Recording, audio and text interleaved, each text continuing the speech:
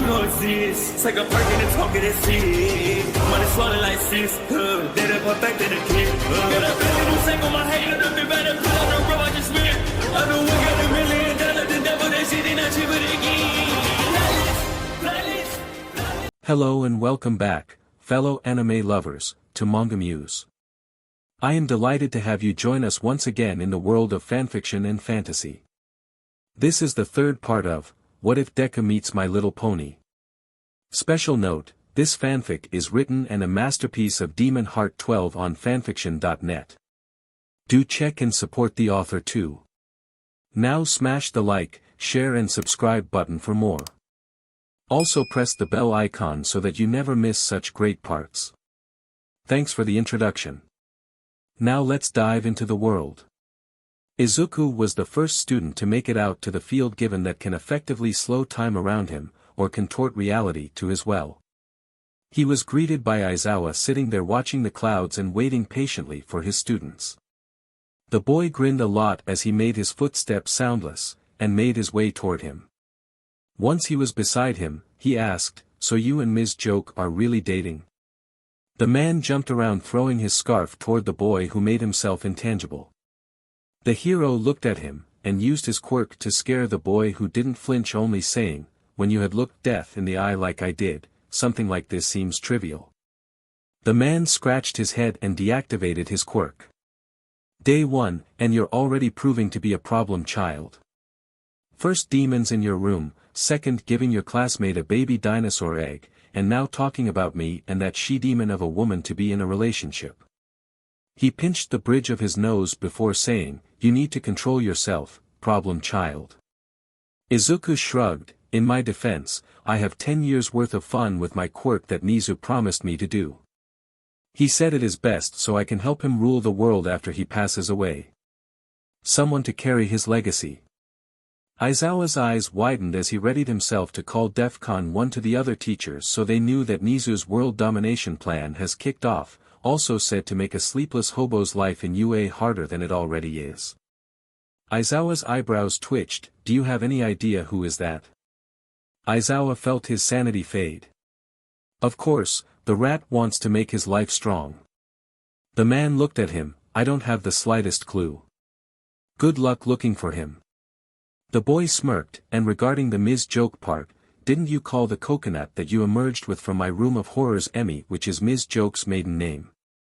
Again his eyebrows twitched, and he felt like he was being blackmailed by Nizu 2.0, the Chaos Edition. The man could have sworn he heard Nizu's laughter here in the field, but swallowed a huge lump in his throat and tried the best to ignore him.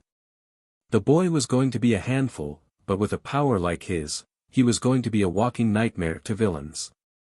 On the other hand, this boy will be the end of him. The man looked around him. "Yeah, we're dating, but I only act like that we aren't dating so villains won't target her. Unlike me, she didn't manage to grab the anger of several underground warlords who want nothing, but gut her alive and anyone she cares for." He stopped before adding, "So do your best to stay quiet about this, or else." The man said, gripping his scarf tightly. The boy nodded his head quickly, as discord popped on his shoulder. "Well, you can't kill him because if you do, you kill me too. I'm too young to die, never mind too handsome." The ex-lord then fell on the boy's shoulder as he covered his face with the back of his hand. Aizawa looked at him with an unimpressed look. "Couldn't you have given your power to someone more rational? You instead gave them to a child who Nizu took him under his wing to unleash his legion of terror and demons on us. I'm sure I can hear the horns of destruction from here." The chaos being shrugged, "I didn't have time. If I tried to be picky I wouldn't have made it at all, plus admit you know you like him, and he's going to be your best student," he said as he jumped on Aizawa's shoulder, who quickly swatted him away with a doubtful look on his face before a smirk appeared on his face. "Yeah, he'll become my favorite student given if he can survive today," the erasure user said as Izuku glared at Discord before grabbing him, and began to yank him back and forth in panic for setting his teacher on him while the chaos being defended, saying that the boy already did so by scaring him. Aizawa smiled in satisfaction, as the two began to strangle each other, leaving him alone for the time being. He waited for 5 more minutes before the students began to show up. Once everyone was there, he used his scarf to separate Izuku from his spiritual mentor. Aizawa was unsure what the ex-Lord of Chaos was at this point, but as long as he kept Problem Child on a leash, he didn't care too much about the specifics. It took you all 10 minutes to arrive here, you kids aren't rational. Next time, I want it to be half this time, got it? The students nodded their heads saying, yes, Aizawa-sensei. The nighttime hero nodded his head as he said, good, now we can move on with our program. Today, you'll all be doing a Quirk apprehension test. He was cut off by Ochako who said, Sensei, but we're going to miss orientation. The man looked at her and said, this is UA, and its teachers are given special privileges to run their class as they see fit. Plus, we don't have time for such needless things. You can all catch up about your fashion clothes when we're finished here. Also here in UA, we work in a free teaching system where the teachers are given the freedom to do whatever they want. If you want to hit the big leagues, you have to forget about such complimentary ideal stuff. He looked at the students, any more questions that need to be asked?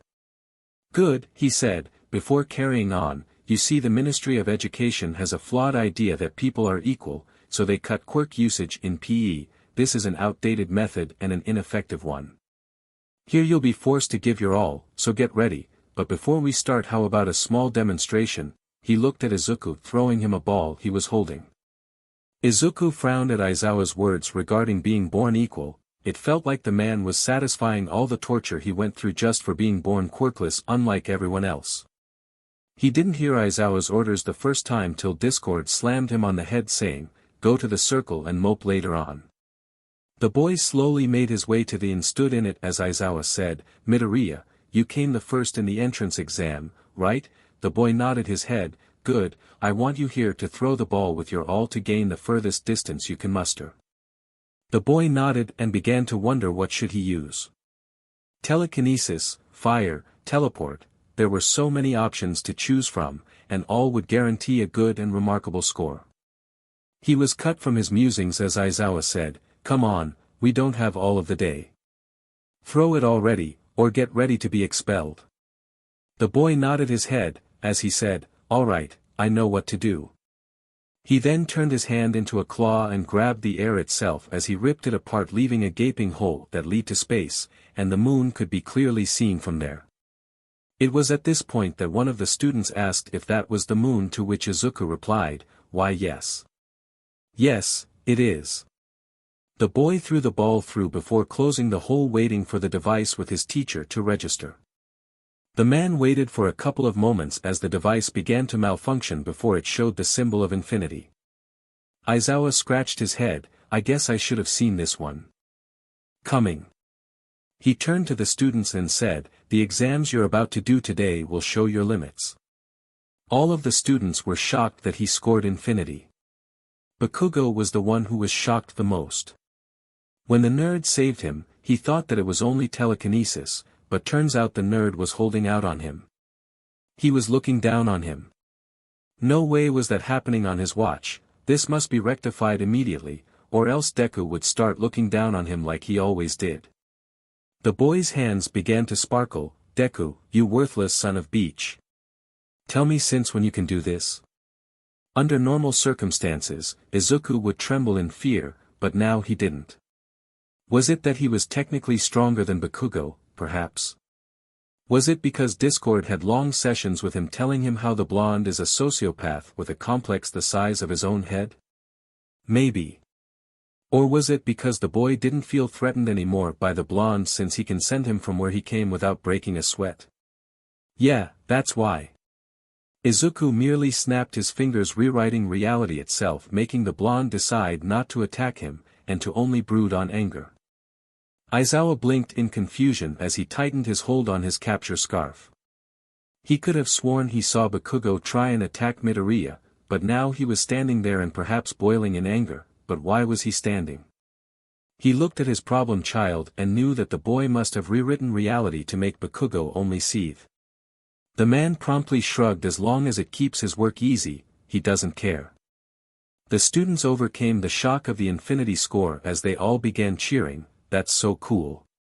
We get to use our quirks.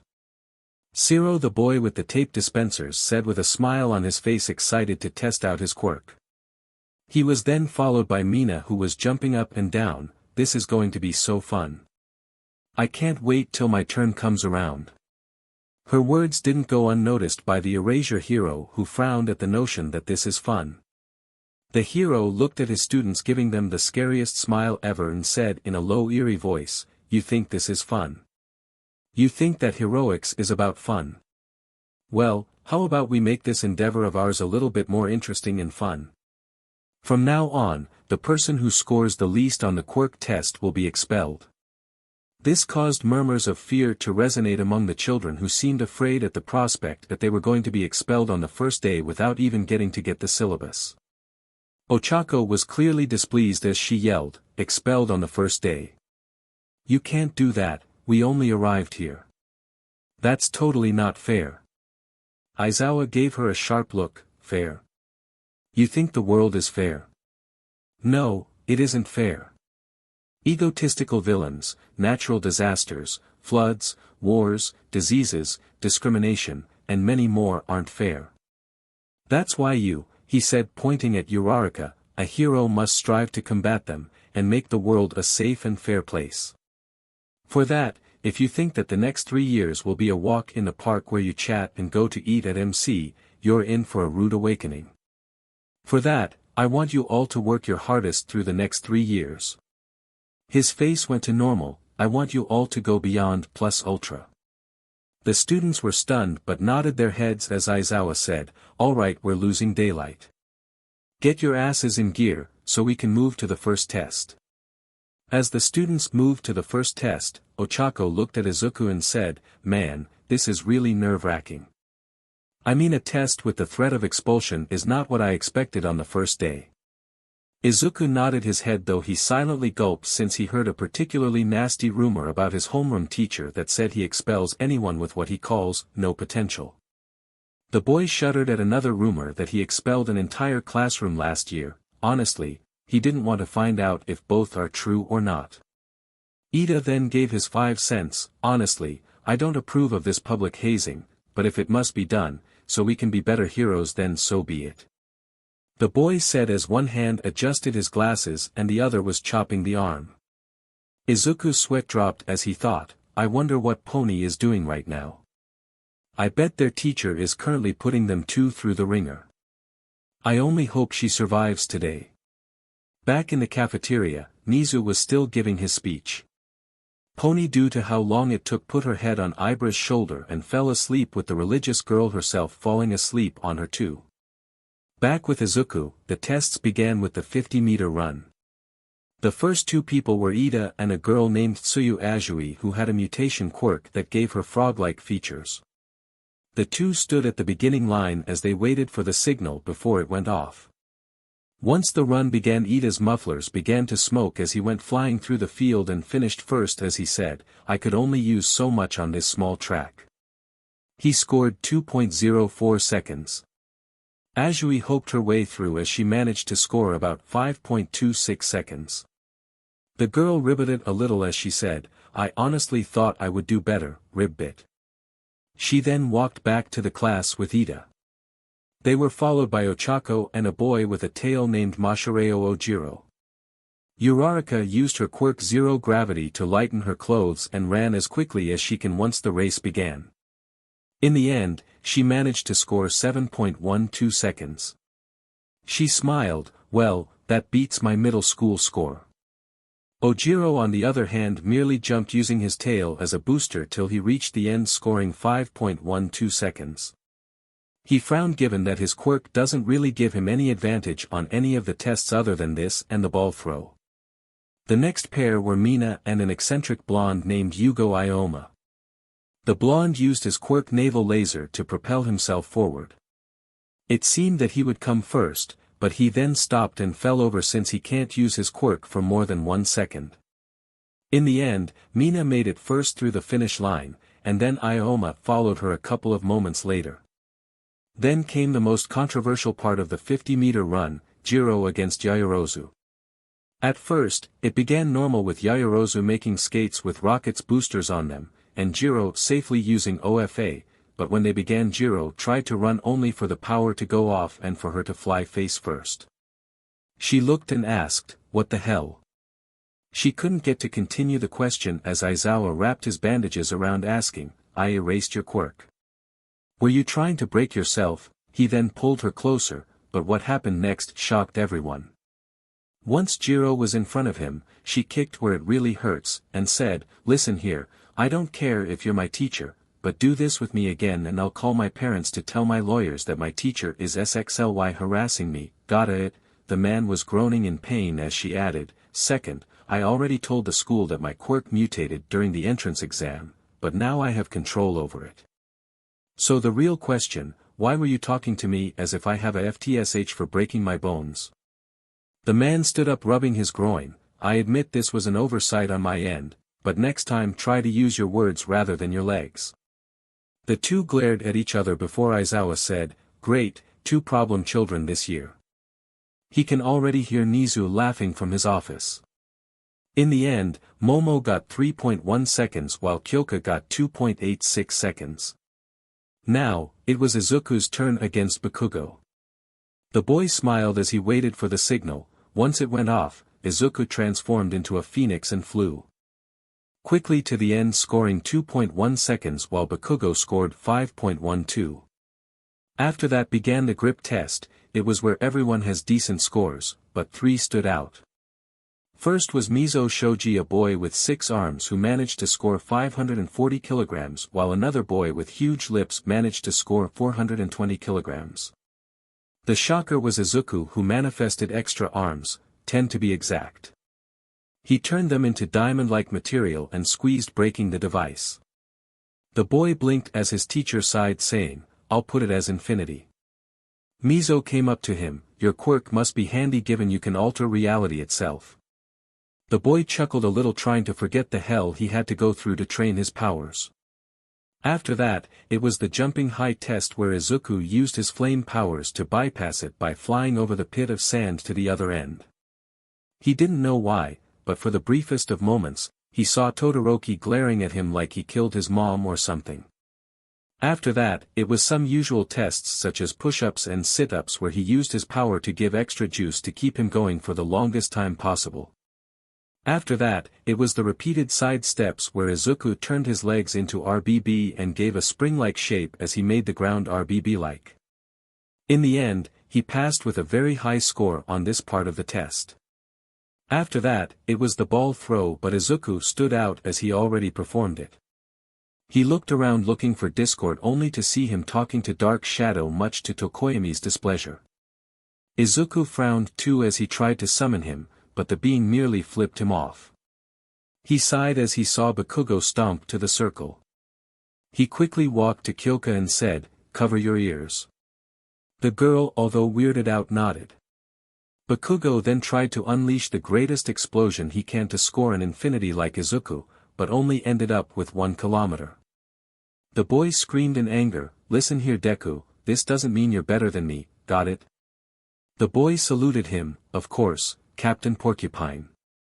The blonde-haired felt his eye twitch but went back to his place wondering when the nerd grew a spine. He was supposed to be a pebble, but now he felt like AF Mountain. He was followed by Ochako, who merely touched the ball before sending it flying away into the cloud never to be seen again. Aizawa sighed, "Problem children, that's another infinity." The girl blushed heavily as she walked back to her place trying to avoid questions from her classmates. After that, it was the final test, the endurance run, where Izuku was creative as he was opening portal after portal and covered the distance much easier than others.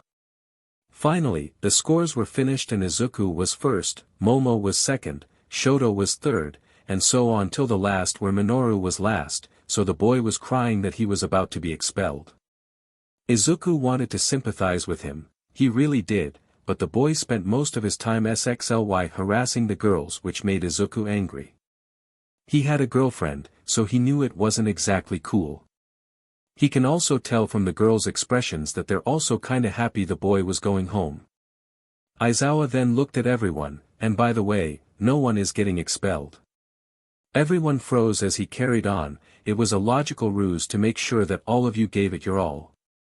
The man said as he smiled creepily, and Izuku can tell from the expression of the girls that they were disappointed.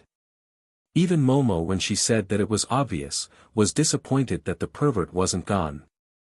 Aizawa carried on, but that be said, I expelled an entire classroom last year, so my netta be careful, you might have passed, but believe you barely made the cut, so I would watch my back if I were you.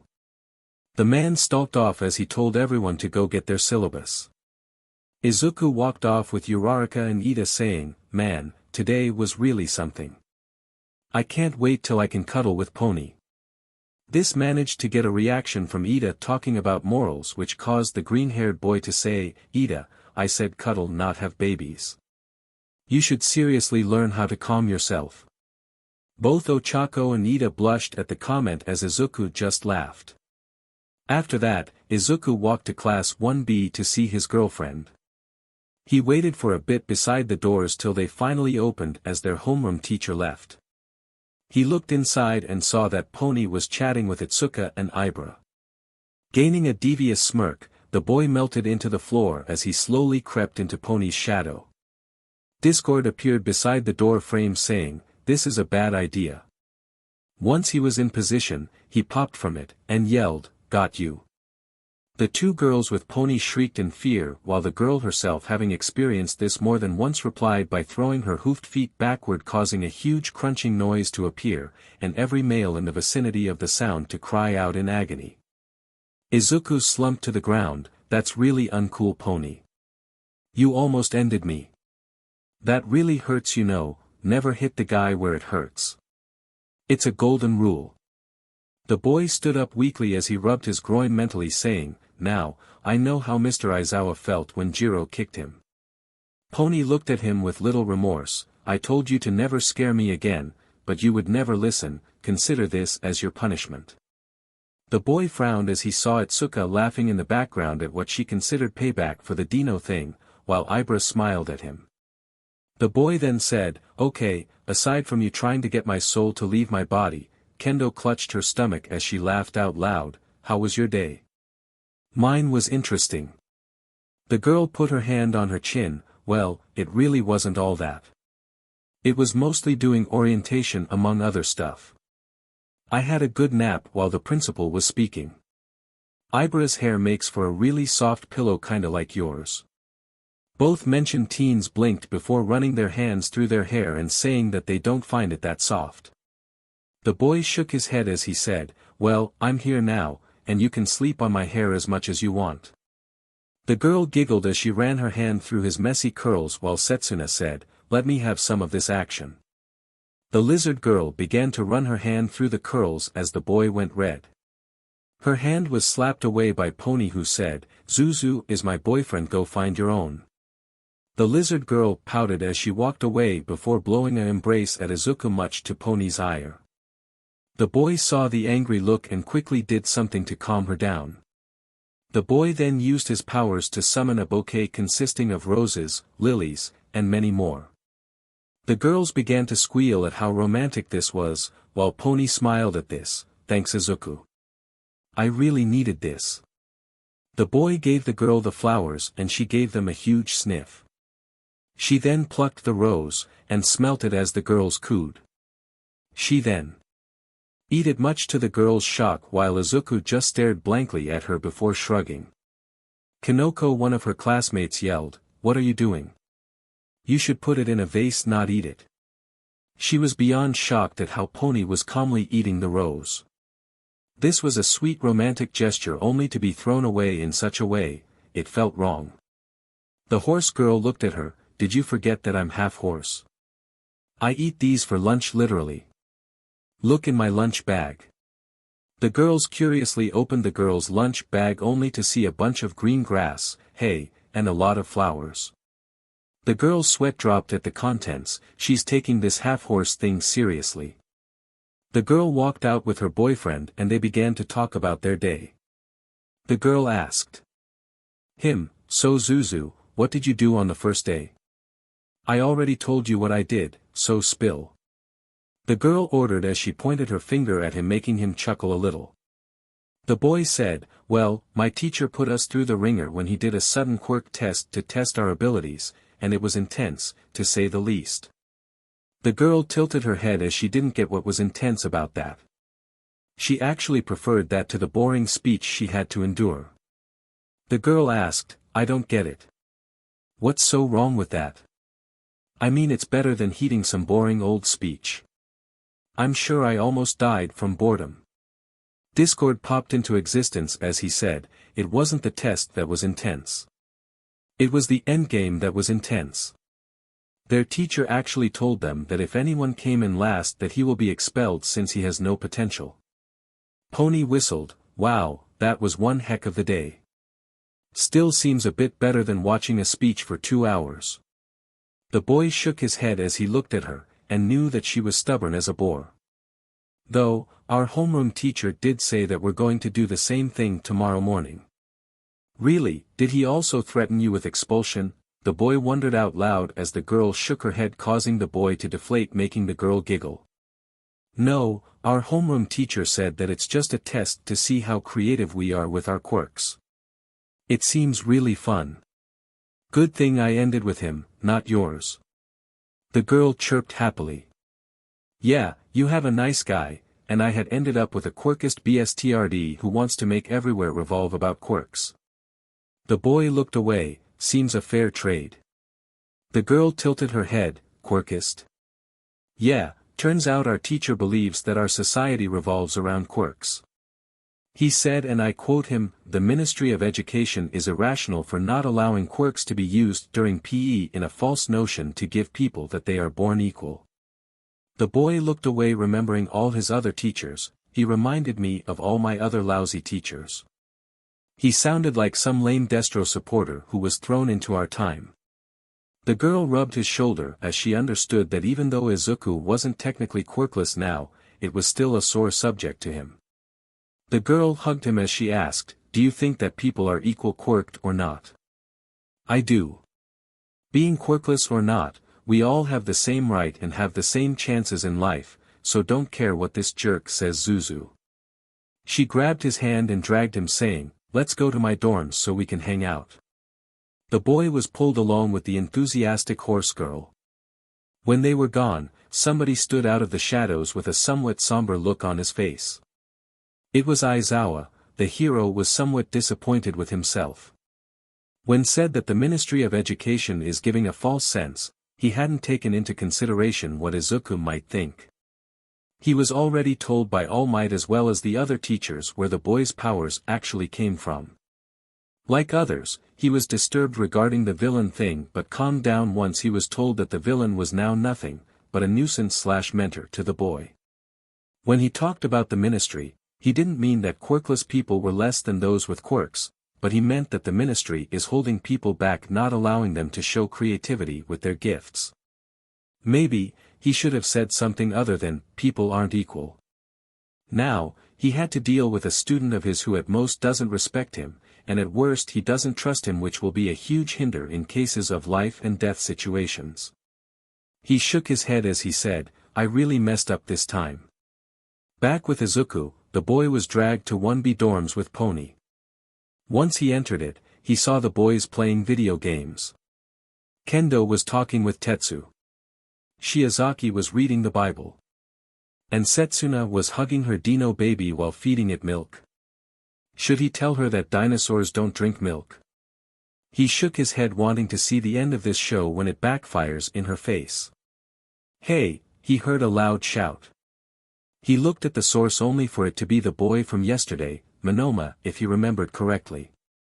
The boy walked to him and said, what is a member of the inferior class 1A doing here? Are you here too? He was knocked out by Kendo performing a neck chop as she apologized. The boy's sweat dropped at this as the boy was led away from them.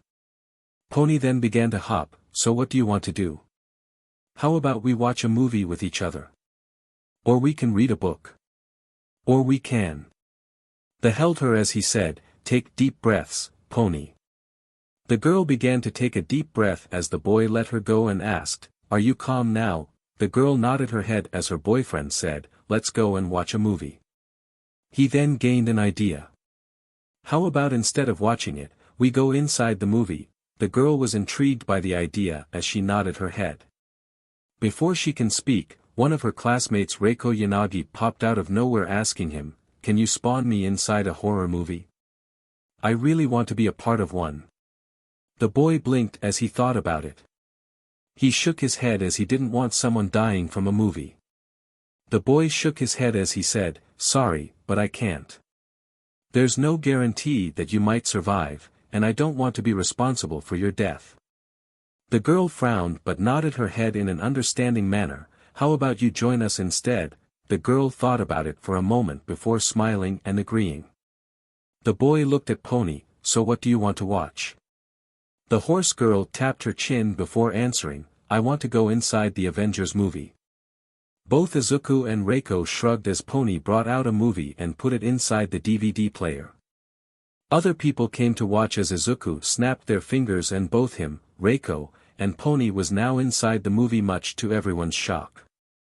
It gave them a good laugh as Izuku tried to make sense of their presence, not thinking the whole thing through, but in the end, they got out of it and Izuku went to his dorm before curfew.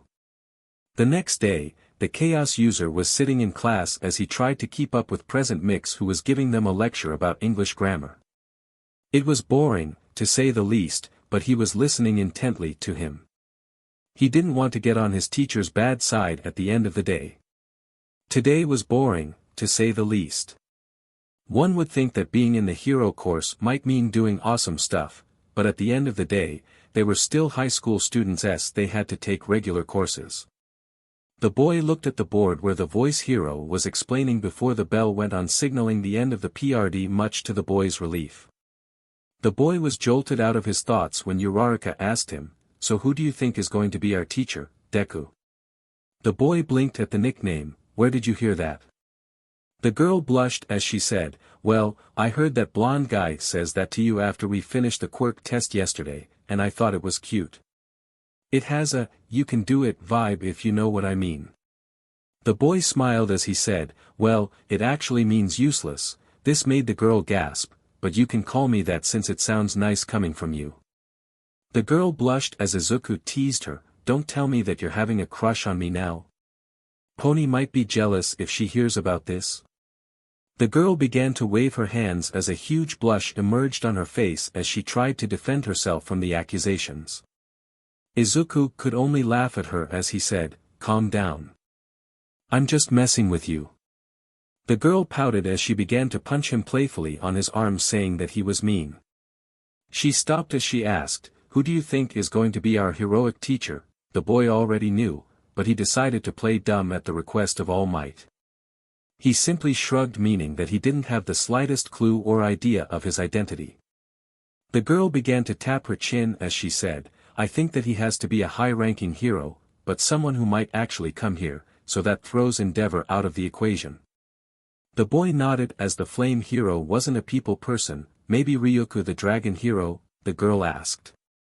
Suddenly, a loud noise came from outside the door, as it slid open when a huge man came in yelling, "I am here." Silence rang in the class as everyone looked with awe at the hulking figure that just entered the room. It was none other than All Might himself. All the students were now giddy that they were going to be taught by the #1 hero himself. It wasn't very common to see nowadays, so forget about being taught by him. The students began to cheer quickly as they looked at him, while the hero was smiling at the fact that the students were happy to see him. Kirishima stood up quickly exclaiming, "All Might's going to teach us this year. That's so manly." Azui followed him, adding, "Look, I think he's wearing his Sliver Age suit. Neat, ribbit." All the students then began to give hums of approval and appreciation toward the hero, who beamed in happiness. "Ha ha ha ha. Yes, students, it is I All Might, and from now on I'm going to be your heroics teacher. And you're in luck since you're the first class that I'll ever teach in my life." The blonde hero smiled as he saw the students cheer him on. His smile flattered a little when he saw his successor frowning while covering her ears as she pointed to them, meaning that he should use his indoor voice because he was hurting her. All of the students then began to ask him multiple questions as All Might cleared his throat. Alright everyone, please calm down. I know that you're excited, but if you keep talking we'll go nowhere. Now as for your first lesson of the day, it's going to be. He then held a small rectangle that had the word battle on it, battle training. Bakugo smirked, battle. Izuku carried on his thought as he smiled himself while Discord appeared on his shoulder, worried that his successor might overdo it today. Training. The entire classroom buzzed into life once more as All Might again cleared his throat to have everyone's attention. All the students then looked at the blonde hero who said, alright, I hope this little habit of seemingly turning the room into a music party isn't going to be permanent, but yes, today you'll all going to use your quirks to fight each. But you forget the most important part about being a hero is the costume. No hero worth his salt is good without a good look. So now, he pressed a button on his phone and the ground beside each student opened up, revealing a case. Take your costumes, and go to the changing rooms so we can begin with the activities in ground beta. The students quickly took their hero costumes, running for the changing rooms as fast as humanly possible with side smiles on their faces so wide, All Might smiled himself. Once everyone was out, the hero deflated for a bit, saying, the youth of these youngsters sure gives the power to carry on with my duties of being the symbol of peace, but alas it soon may come to an end. In the boys' changing rooms, the boys were all changing their clothes quickly, so they can begin their lesson already.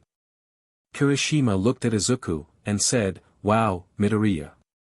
Your costume sure isn't all that flashy compared to your quirk. Though it certainly matches with your plain look, I guess. Izuku's sweat dropped as he replied, thanks, I guess. Izuku's costume was made of a plain-looking shirt with Discord put on its back. Of course, the shirt had some padding to it to protect him from stabs and bullets. He also wore jeans. The boy looked at Kirishima's costume as he said, I think yours also look cool. The hardening boy blushed as he said, you think so? I think it looks a little bit plain compared to the others. Kirishima was wearing black baggy pants in addition to arm braces. He also wore a head brace but also had a shirt tied to a belt that had the letter R in its center. Izuku looked around as he surveyed his class's costumes. Some were plain looking like him, such as Shoji and Sato, who were both wearing full-body jumpsuits with different colors. Some were interesting, such as Todoroki's. The boy had to raise an eyebrow at the ice. Was it to scare his opponents? Because if anything it made him look ridiculous. Or Minetta's. He got the fruit reference, but did he really have to emphasize that much on protecting his groin? It made him look sad and desperate. Others were cool, such as Tokoyami's cape. Even though it was very simple, he still found it cool, or Kaminari's punk rock outfit. Near the end though, Minetta saw something that made him drool. The boys looked at him confused as he said, look, I found a gift left to us by our predecessors. He said, pointing to a hole in the wall. Before he can even continue his rant, the hole was sealed shut. Everyone looked at Midoriya, who said, alright, let's go. There's nothing to see here. Kirishima followed him as he told how manly he was, while the others shook their head before following. In the end, Minetta cried out in anger, Midoriya, why did you prevent me from seeing heaven? A shout from the other side of the wall caused him to run out of the room, given that he was exposed, because he's not a pervert. Jiro on the other side was fuming as she was contemplating knocking down the wall to send the idiot to Kingdom Come. She opted against it given that Izuku sealed the wall. She looked at the other girls saying, the pervert had been dealt with.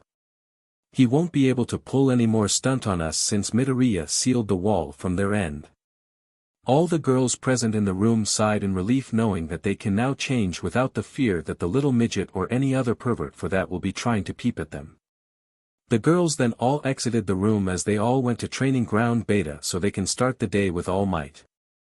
5 minutes later, everyone was at the training grounds waiting for All Might to appear as they chatted. Jiro looked at Izuku's costume and smiled, you know, with someone with your power set.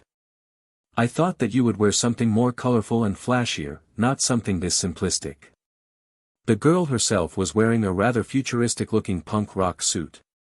She was wearing ripped jeans with a jeans jacket that both had bracers on it, maybe to help her with the stress of OFA. In addition to that, she had her boots that had speakers and earphone jack plugs installed into them, so that was cool to some extent. And finally, she also had some speakers installed on her fingerless gloves at the request of Izuku to increase her strength and the strength of her sound-based attacks. Izuku shrugged as he surveyed the costumes of the girls. Some were skin-tight suits such as Ochako, Mina, and Tsuyu. Some were beyond him like Momo's leotard. How was that suit ever accepted beyond him? The last being Toru was just confusing. Was she really wearing just gloves and boots? He had to ask. He walked up to the girl asking her, Toru, is your suit by any chance just boots and gloves? The girl's gloves moved to behind her head as she began to scratch it. Yeah, I mean I'm invisible so it shouldn't be any problem. Plus, it's the only I got going for me. Izuku snapped his fingers and the girl felt something appear on her body. What did you do? The boy smiled softly saying, I just made you a real suit. Something that will protect you from fires, ice, wind, and even cause knives to be bent if you were ever stabbed. Plus, it becomes visible when you take it off, and invisible when you put it on. The girl then jumped on the boy hugging him as she thanked him profusely. Thank you so much. This is so awesome. I don't have to walk around naked now. The boy felt a small tap on his shoulder. He looked to see Momo who coughed with a blush. I know it's a lot to ask, but could you perhaps make a suit for me too that suits my quirk? Izuku nodded his head snapping his fingers one more time. The suit now looked similar to Momo's but covered a larger portion of her body. She now had a visor. She looked at the boy and tested her suit. Against her best wishes, the suit ripped, but when she took her creation, the suit repaired itself. The girl smiled as she said, I have to thank you, Midoriya. You just made me a great service. The boy waved her off telling her it was no problem. The boy was suddenly grappled to the ground by a crying Mineta, you bstrd, why did you do that? With that suit, we saw her appealing body, but now The boy was silenced as an earphone jack was shoved into his ear sending vibrations to his entire body.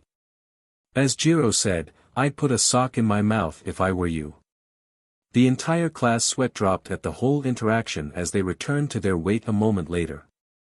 Seconds later, All Might came around with a huge smile, my, what wonderful costumes do you have? I have to say that you all look heroic in them. Now without any further introductions, let go and have some action. Everyone followed All Might who led them to where they had the entrance exam. Iida raised his hand, Sensei, are we going to fight robots again? The blonde hero shook his head as he said, no young Iida, today you'll all be participating in an indoor fighting simulation. Murmurs began to raise among the students wondering what he was talking about till Tsuyu raised her arm. All Might told her, yes, young Azui. Tsuyu asked, Sensei, isn't this? I don't know, a little bit extreme and advanced. I mean shouldn't at least have some experience beforehand. Everyone nodded with the girl at her reasoning seeing that she was right, but the blonde hero smiled at the girl. The hero then replied, while what you are saying is true, however, the experience that you're talking about will be gained through a first-hand application. You will all fight to learn how things are done given that most hero battles are fought indoors rather than outdoors. All the students nodded as Azui apologized for the interruption, and All Might went back to explain today's lesson. You see, today you'll all work in the bomb STMLTN. There is a nuclear bomb inside the building that you the heroes are supposed to find while fighting the villains. You must do it on time or else the timer inside the weapon will blow up killing everyone and everything. The students nodded as they began to ask All Might questions from, how much is the time allowed to win the fight, to whether or not they were going to be expelled.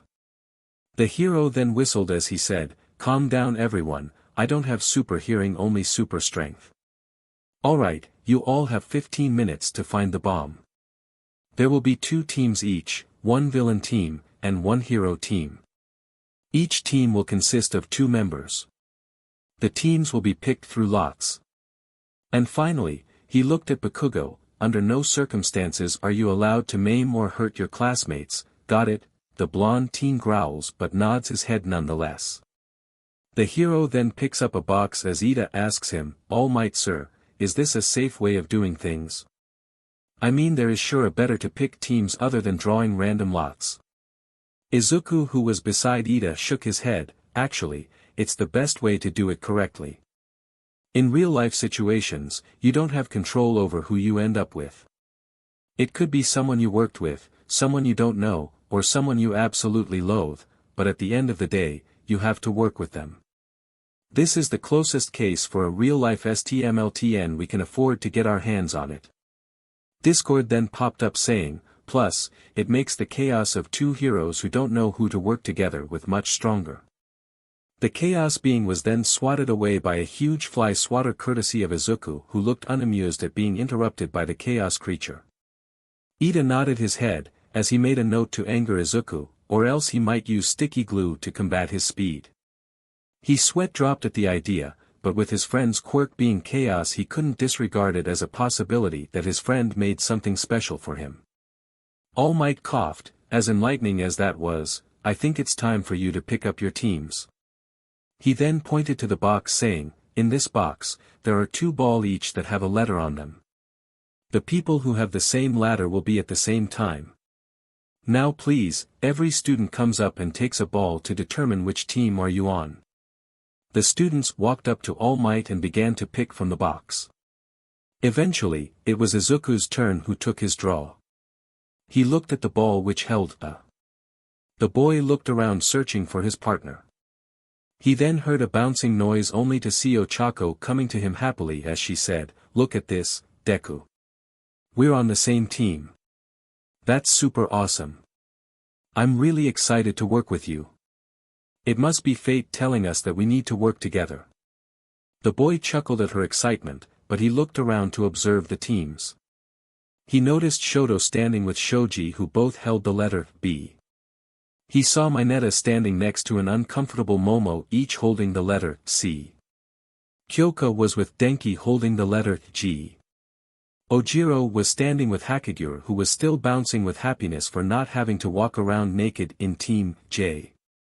Tokoyami was with Tsuyu on Team F. Siro was with Kirishima on Team E. Bakugo was stuck with a depressed Iida in Team D. Mina was with Aoyama in Team I. Finally, the last team was Team H which consisted of Sato and Koda. All Might smiled seeing that the groups have already been decided, and said, "Well young heroes, it would appear that you all have picked your teams. Now let's move on to who will be the villain team, and who will be the hero team." In the end, after getting picked by All Might from lots, teams B, G, I, and F were the heroes, while teams D, C, J, E, and H were going to be the villains. All Might then began to pick who will face off against who. In the first draw, it was Team J against Team B. The second draw pinned Team C against Team G. The third draw forced Team F to fight Team E. The fourth draw made each of teams H and I opponents. And finally, the last draw pinned Team A versus Team D. Bakugo looked at Izuku grinning like a BLD angry savage. The green-haired boy merely stared back annoying the ashen blonde teen who was about to attack him, but he took a deep breath and only gritted his teeth. All Might then used a randomizer to see which teams go first and it was A versus D. All Might walked up to both Iida and Bakugo saying, "Heroes today you must think like a villain to help the purpose of the exercise. You both have 5 minutes to formulate a plan to counter the heroes' plans. Use that time wisely." He then handed them a small map. This small map is the structural design of the building that you're going to work in. The bomb is on the first level. Feel free to move it. Good luck. The hero moved away as Iida said, "As disappointing as it is that I'm the villain, I must work to the fullest to protect the Iida family name." He looked at Bakugo, "Bakugo, we must work together to find a way to defeat Midoriya and Uraraka." The explosive teen ignored him as he walked toward the building, causing Iida to sigh, saying, "This will be harder than I expected." On the heroes' team, Izuku stood with Uraraka after All Might briefed them on what to do. The girl asked him, "Deku, it seems that Bakugo is out to get you. Do you know why?" She then tilted her head, making her look cute a little. Somewhere Pony felt the need to punt her boyfriend. The hero wannabe looked at her. "It's just. I don't know. I think it's because for most of my life I was quirkless, and now that I have a quirk he thinks that I didn't tell him or something because I look down on him. He thinks that if I breathe the same area as he does that I'm somehow standing in his way of becoming the #1 hero. In short, he's an egotistical prick." He saw the girl barely able to contain his laughter as she said, "It was so serious and sad. And then suddenly you said that he's just a prick and the situation lost all of its seriousness." She wiped out a tear from her eye as she added, "So today is a fated battle between men." Izuku waved his hand, telling that it was more or less so. Discord had already told him that he'd have to face Bakugo sooner or later, and from the looks of it, it seems that it is sooner than expected. The boy then began to discuss a plan with Uraraka, though the girl refused that he sent Bakugo into the void of nothingness when they see him. Something about him getting hurt. In the end, both agreed on something and began to wait for their time to begin. Moments later, the horn ran signaling them to act, to which Izuku was the first as he carried Ochako on his back as he sprouted wings from his shoulder blades and flew toward a window on the second floor. Back with Iida and Bakugo. "So what's the plan, Bakugo?" The boy looked at him with no interest as he asked, "Do you think that Deku is somehow strong with that broken quirk of his?" The Armored 10 didn't know where he was going with this, but if that meant that they can finish the exercise, he said, "I believe that Midoriya is quite strong given that his quirk can bend the laws of nature to its will, but nothing can't be beaten." Bakugo scoffed, "You don't know nothing, Four Eyes, by the time I'm done with him, he'll be nothing but a smoking piece of CRP. Inside the building, both Izuku and Ochako were navigating through the maze that is the testing area. Izuku looked at Ochako as he said, "So we know that they have the bomb somewhere on the 4th floor thanks to my floating eye." He recalled an eye he summoned to his palm, much to the girl's disgust. "We also know that Bakugo is coming straight for me, so I think that the best solution is for you to head to Iida while I deal with Bakugo." The girl nodded her head, and Izuku suddenly popped an energy shield. Bakugo jumped from the corner yelling, "Deku, you cheating F, tell me, how did you get a quirk this strong?" The boy across him shrugged, "God thought it would be cool to reward me for handling all of your SHT for years. I think, if anything." The reply made Bakugo angrier. The blonde teen snarled as he said under his breath, "Oh Deku, you did it now. I'm going to make a scarf out of your guts." The boy then lunged toward Izuku as he readied a right hook, but the green-haired boy ducked under it as he grabbed the arm, and tossed Bakugo over his shoulder, saying, "I've literally been studying you for years. You didn't think that I'm going to miss that you use your right arm in a big opening." The blonde teen laid there on the ground growling like a wounded animal. Bakugo then stood up and blasted himself toward Izuku, who teleported to the side, avoiding Bakugo and his follow-up blast. The boy then sent a concentrated blast of flames at him, causing the blonde to roll away from the attack. He then saw Izuku from the corner of his behind all of a sudden as he twirled a capture tape around his wrist. The boy blasted the capture tape, freeing himself. However, Izuku frowned, snapping his fingers as he rewrote reality, putting Bakugo inside the capture type of All Might, said, "Young Bakugo has been captured. 10 minutes are left." Bakugo stood there stunned that the nerd managed to beat him. He can vaguely hear Izuku talking to the brown-haired girl, "Uraraka, I'm done with Bakugo. How are things on your end?" The girl replied through the lines saying, "I'm fine. I found the room of the bomb, but I didn't enter it yet. Do you want me to wait for you?" Izuku checked his choices as he came to a decision, "Please stay outside the room, till I reach it." The girl gave him an affirmative. In the watching room, Kirishima stood there disappointed, "DMN it, I thought there was going to be an awesome fight between Bakugo and Midoriya, but in the end, Midoriya managed to slip the type on Bakugo's hand. Not really, everyone turned to Shoto wondering what he was talking about. No one noticed, but I did. In the beginning, Bakugo managed to dodge the attack, but suddenly he found himself inside the capture tape.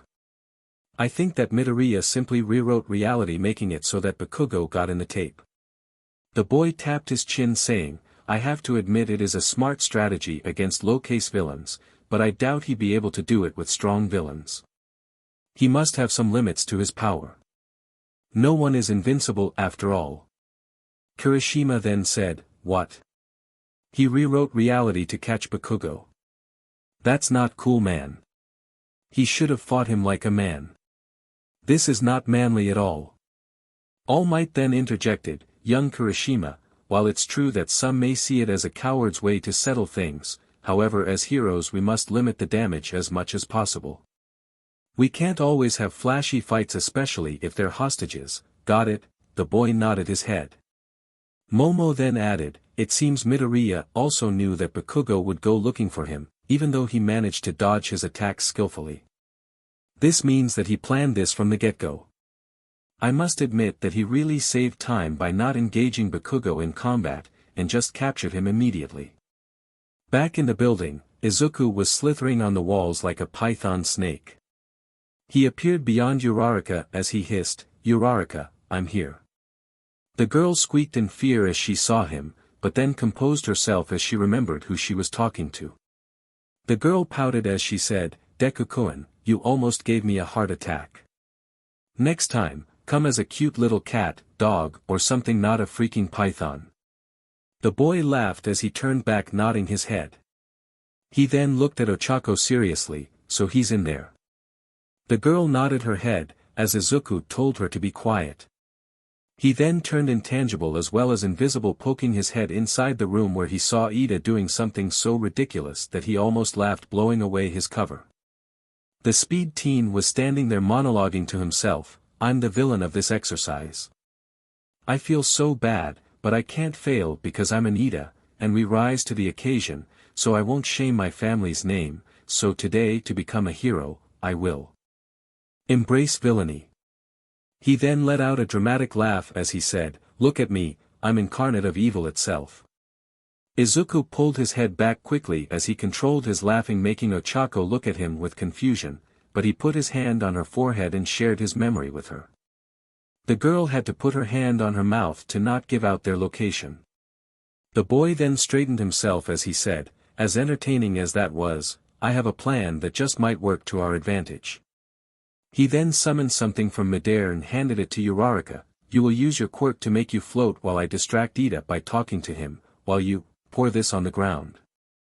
Once he's stuck we'll go bagging and tagging him, and then we'll catch the weapon. Ochako looked at the item, and saw it was glue. Are you sure, Deku-kun? I mean, won't we be caught in it too?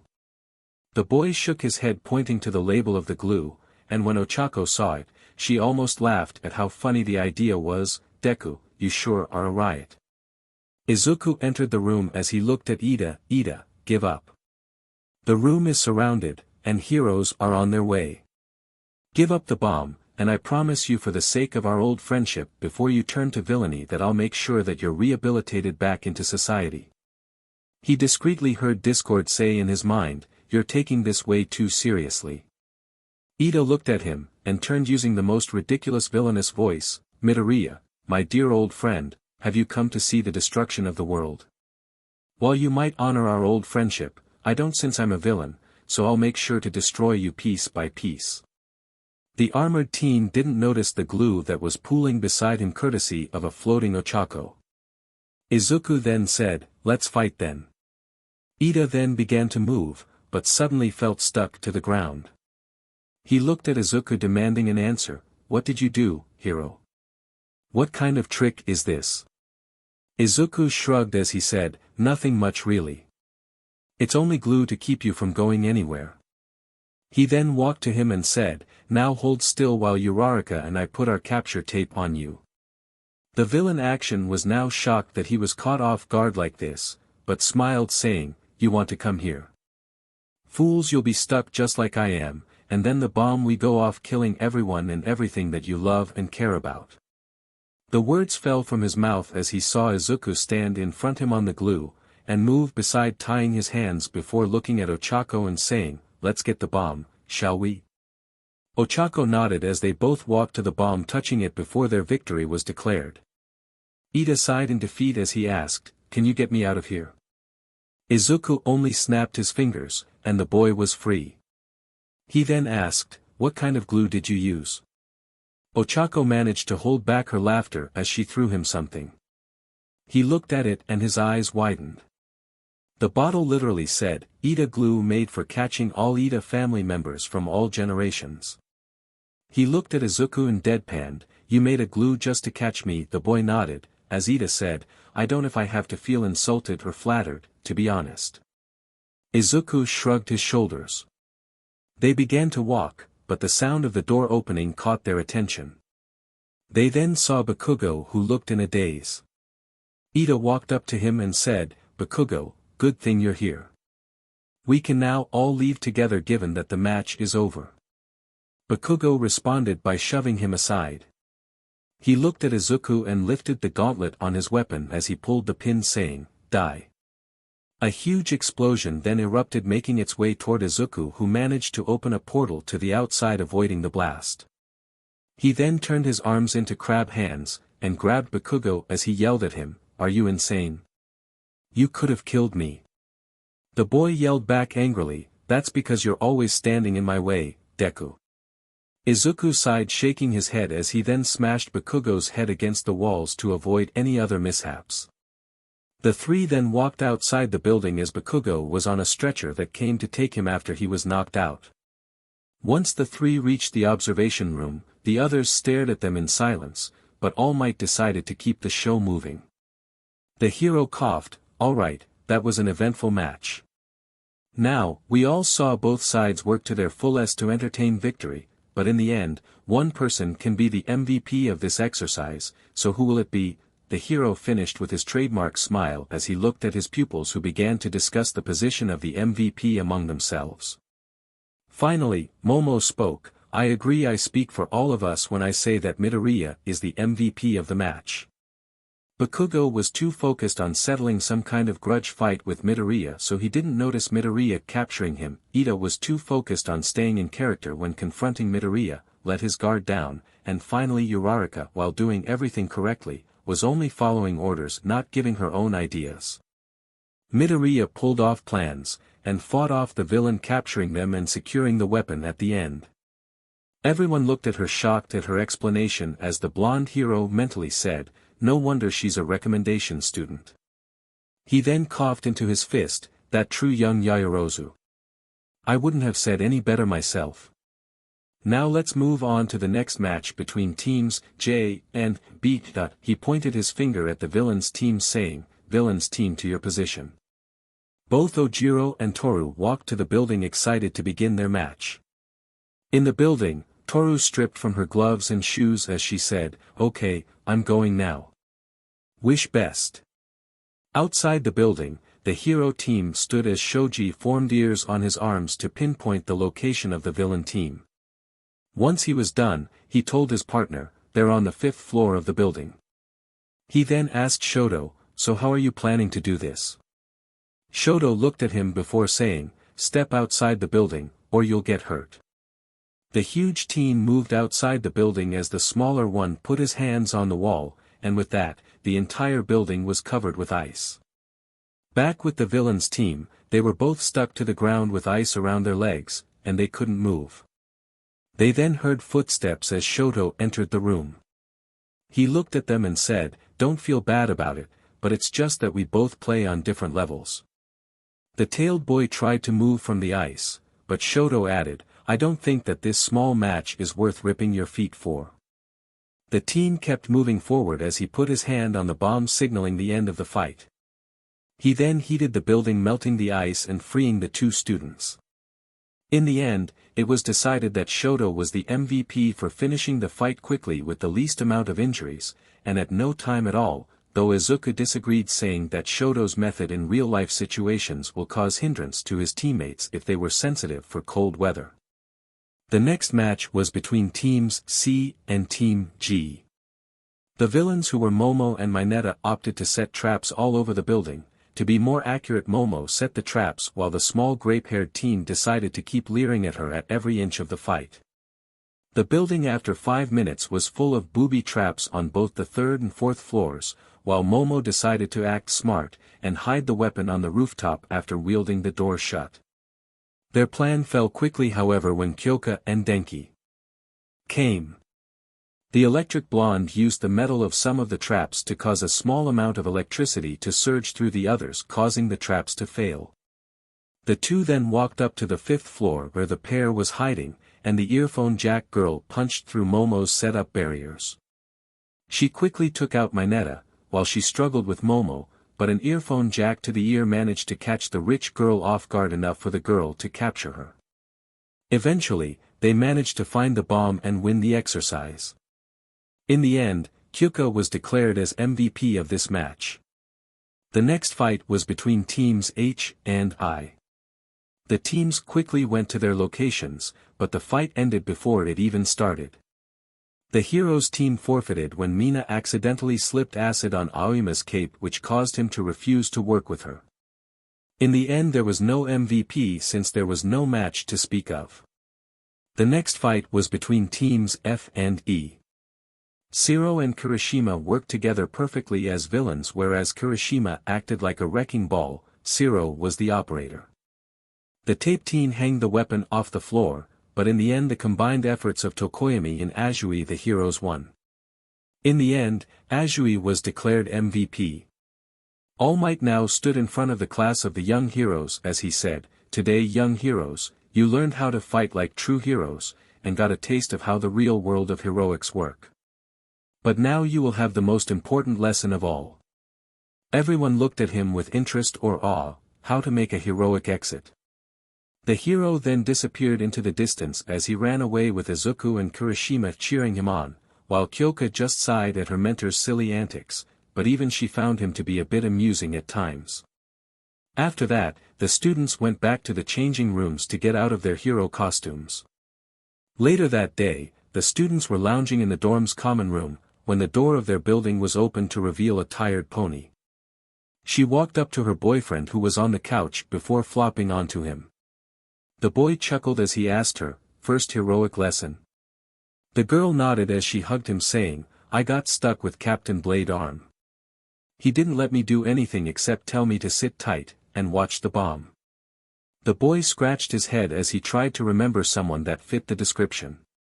He then asked, "Do you mean Kamakiri?" The girl nodded, and the boy patted her back, saying, "Don't worry, Pony, I'm sure you're showing off your skills later on. You're strong and you know it." The girl nuzzled her face into his chest as she hugged him happily, while several people around him blushed at the display of affection. Though one was angry, Mineta then jumped on Izuku's head, saying, "I want a hug from a girl hot like Tsunatori."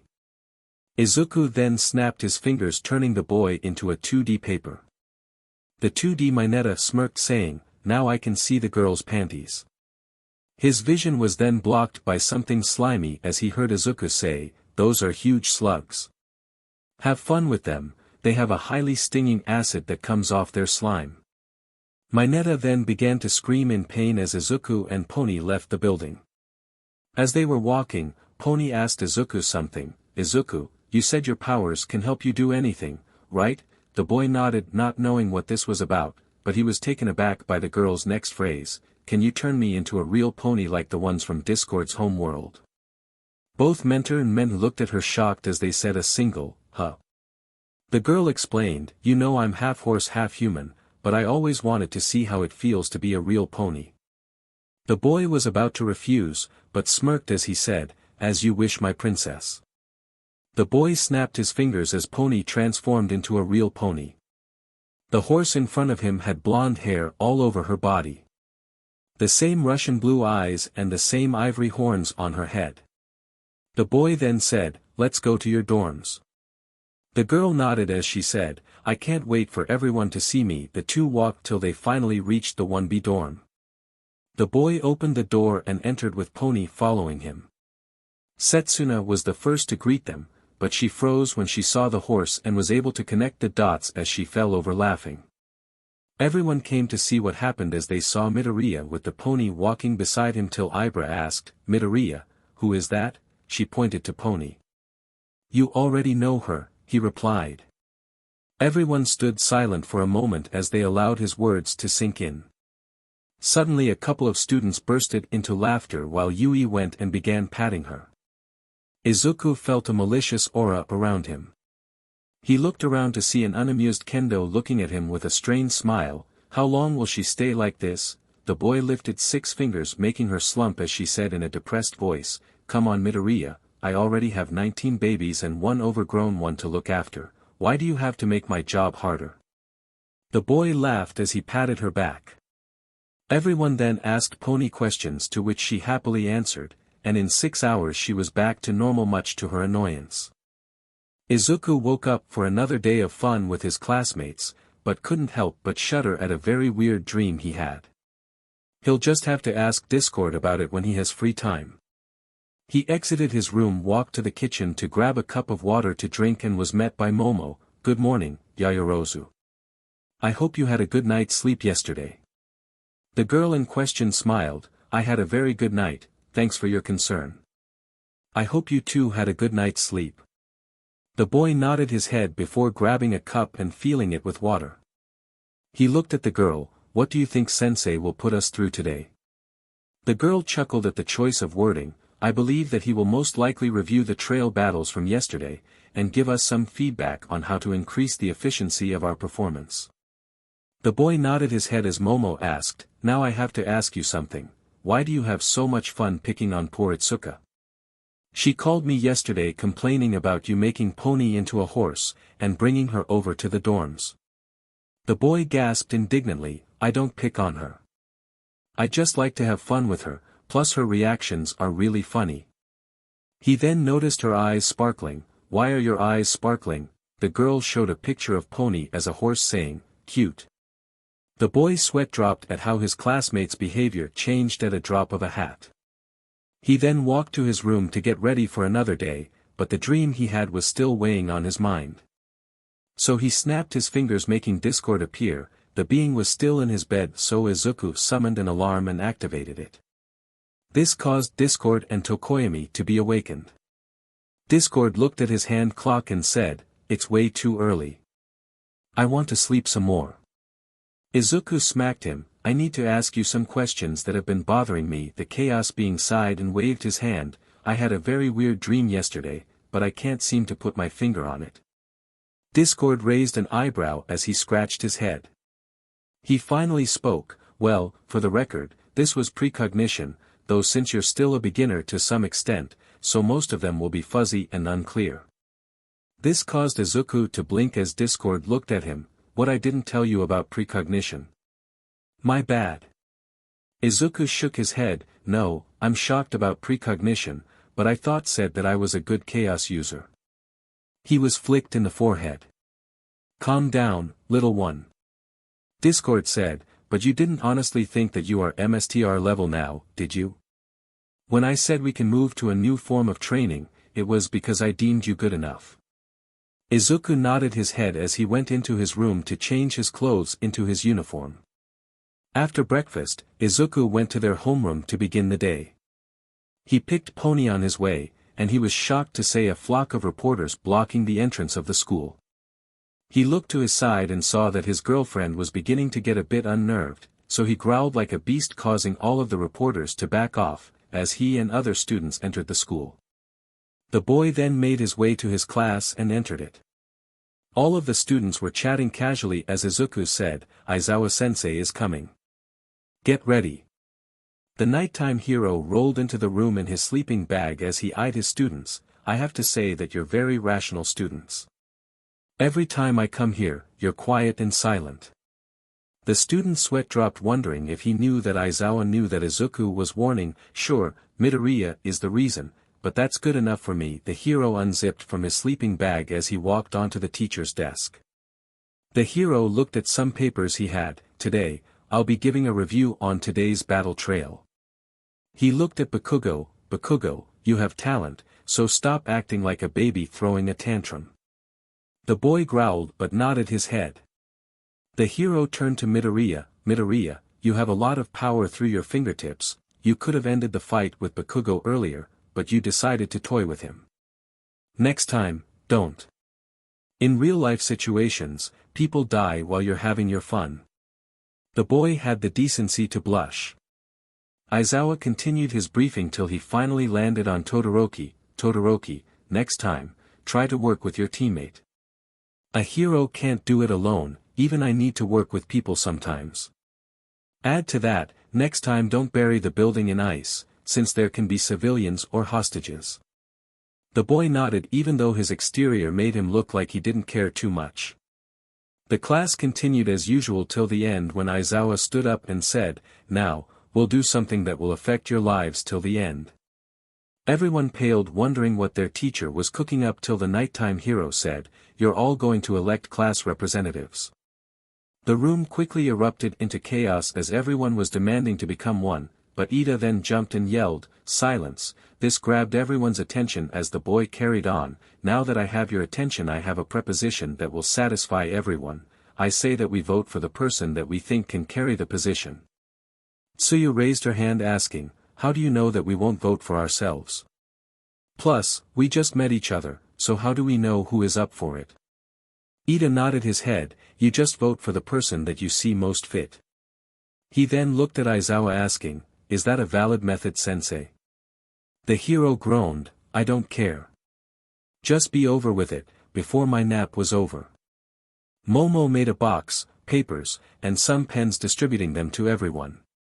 5 minutes later, the vote was over as Momo counted the votes. It was a landslide for Izuku who won 11 votes while Momo won 2 votes. The others were either 1 or 0 votes. Izuku looked at the result as he blinked, "Oh wow, I have to say that I didn't expect this." Momo stood beside him saying, "I don't think that you should be this shocked given that most people see you as the strongest in the class. It's only natural that they vote for you." The boy leaned over to her, "Really? That seems a little bit shallow." The girl completed his sentence, "Yes, I believe so, but you were still chosen." The girl then went to give a speech thanking those who voted for her, and Izuku could tell it was both Jiro and Todoroki for some reason. The boy then began to scan his classmates' thoughts to see why who voted for him actually voted, and to say that he was disappointed would be an understatement. Most of those who voted for him were for shallow reasons like Momo said, and the only one who believed in his ability was Ochako and Iida, which was flattering, but he did find out something interesting and decided to deal with the issue at the right moment. He then looked at Tenya, who he heard say in his mind, "In real life, I have only 1 vote. That's better than I expected."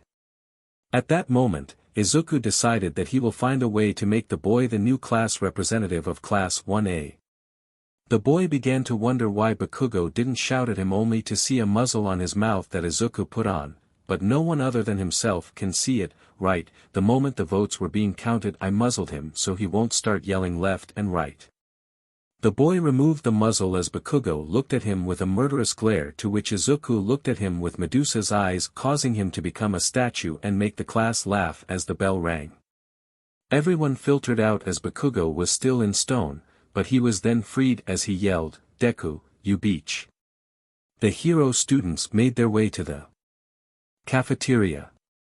Izuku sat at his regular table with Ochako, Iida, Momo, and Jiro as he waited for Pony to come. The boy looked at Ochako and said, "Thank you for believing in me, Uraraka. It means a lot to me that you didn't vote for me just because of my powers or because you think that I quote, hot end quote." He looked at Iida and thanked him as well. Uraraka blushed as she said, "It was no problem. You seemed most fit to take the position.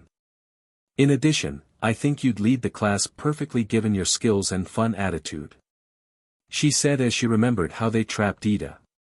She chuckled, "Iida glue, I can't help but laugh every time I remember it." Iida interjected, "Oh yes, I believe that Midoriya would be a perfect fit for the role of the class representative, that's why I voted for him." The boy looked at Ochako, who beamed at Iida, "Really, I thought you'd want to be the class representative, Iida. Given how you seem to fit the role with the glasses and everything." Everyone sweat dropped at her explanation of things but didn't say anything. Iida said, well, wanting something is different than being fit for it. Ochako began to scratch the back of her head as she looked at the boy, you know Iida. I've been thinking about something. The boy looked at her as she beamed, admit Iida, you're filthy rich. Everyone was taken aback by how the girl casually talked about this, but Iida only chuckled much to everyone's surprise as he said, I guess there's no hiding it anymore. It's true. I'm the younger brother of Ingenium. I mean it's quite obvious if you think about it. Izuku stated the obvious as Momo added, he's right. I mean the costume was a dead giveaway when you look at it objectively. Discord appeared on his head as he said, I find it strong to believe that he's related to Ingenium. The two couldn't be further apart, one is FUNN while the other is Izuku swatted him away as he said, don't mind him. Iida could only laugh, nonsense, my brother has always told me that I need to loosen up a little bit. Izuku smiled, but then his entire world turned black so he asked, hey, who turned off the lights?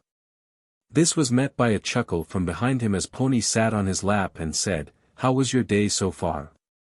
The boy smiled as he kissed her, fine, and it just got better.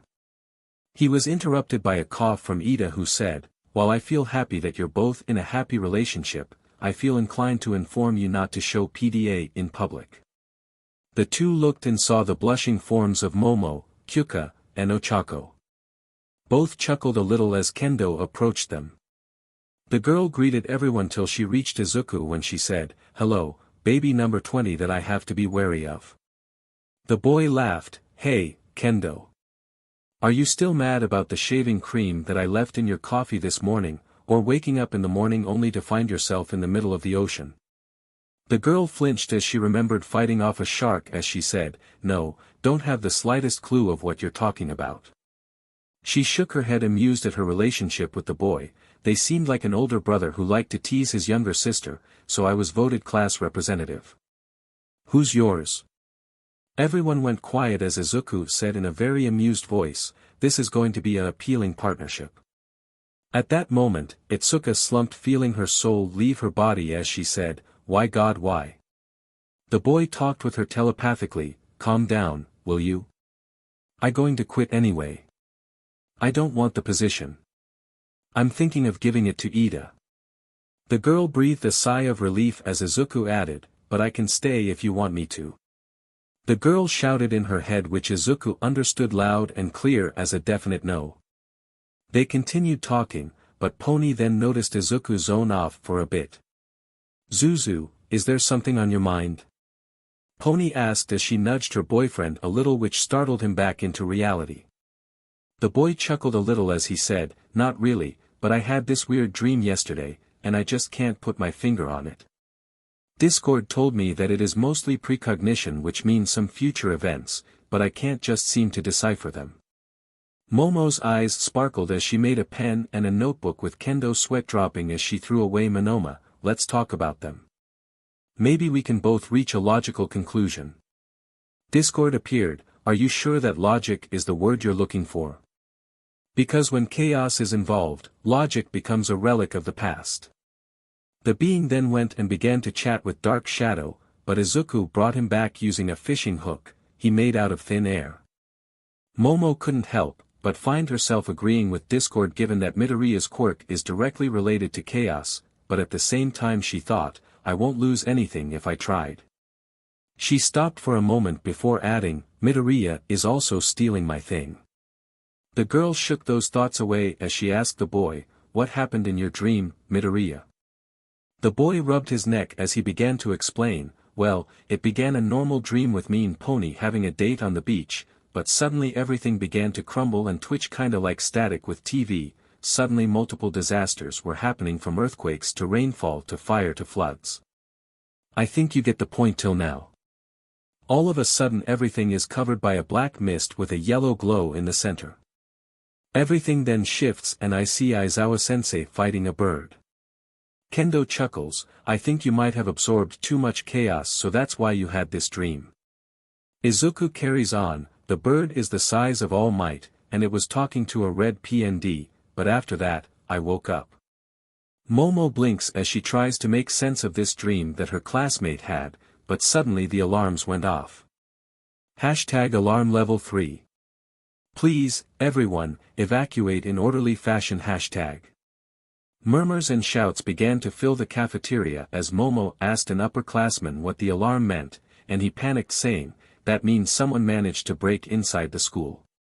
This caused the entire place to fall into chaos as everyone was trying to flee for their own lives. Izuku was pushed away from his friends as he yelled, "Have some dignity, will you?" He was slammed into the window as he looked outside and saw the press being escorted by Present Mike. He was about to yell and tell everyone to quit being huge babies, but Iida beat him to the punch as he was slammed into the exit sign, and informed the people of what he found. This made Izuku smile as he said, "That solved half of my problems. Now to the other half." Out by the front of the gate, Nizu, Power Loader, Aizawa, and Present Mike stood there looking over the remains of a wall that was crumbling to dust, causing the initial media break into the school. Aizawa looked at them and asked Power Loader, "What do you think? Explosion or what?"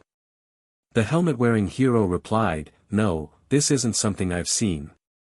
It was like the wall was evaporated from existence." This made Aizawa lift an eyebrow. Mike then asked, "So what is this, some type of publicity stunt?" Nizu shook his head, "No, this is a war declaration against us in UA." After that, Izuku stepped down from the position of the class representative and gave it to Iida, though he did hear Momo complain that she had 2 votes. He chuckled thinking that he maybe should have talked this over with the girl, but decided against it since what was done was already done. The rest of the day was pretty normal as Izuku did homework. He trained his powers a bit before hanging with his friends and then hanging in 1B with Pony with the bonus of making Kendo's hair in flames before the girl replied with a prank of her own, dumping him in an ice-cold bath. His day was normal, but he still couldn't remove that sense of foreboding that he had.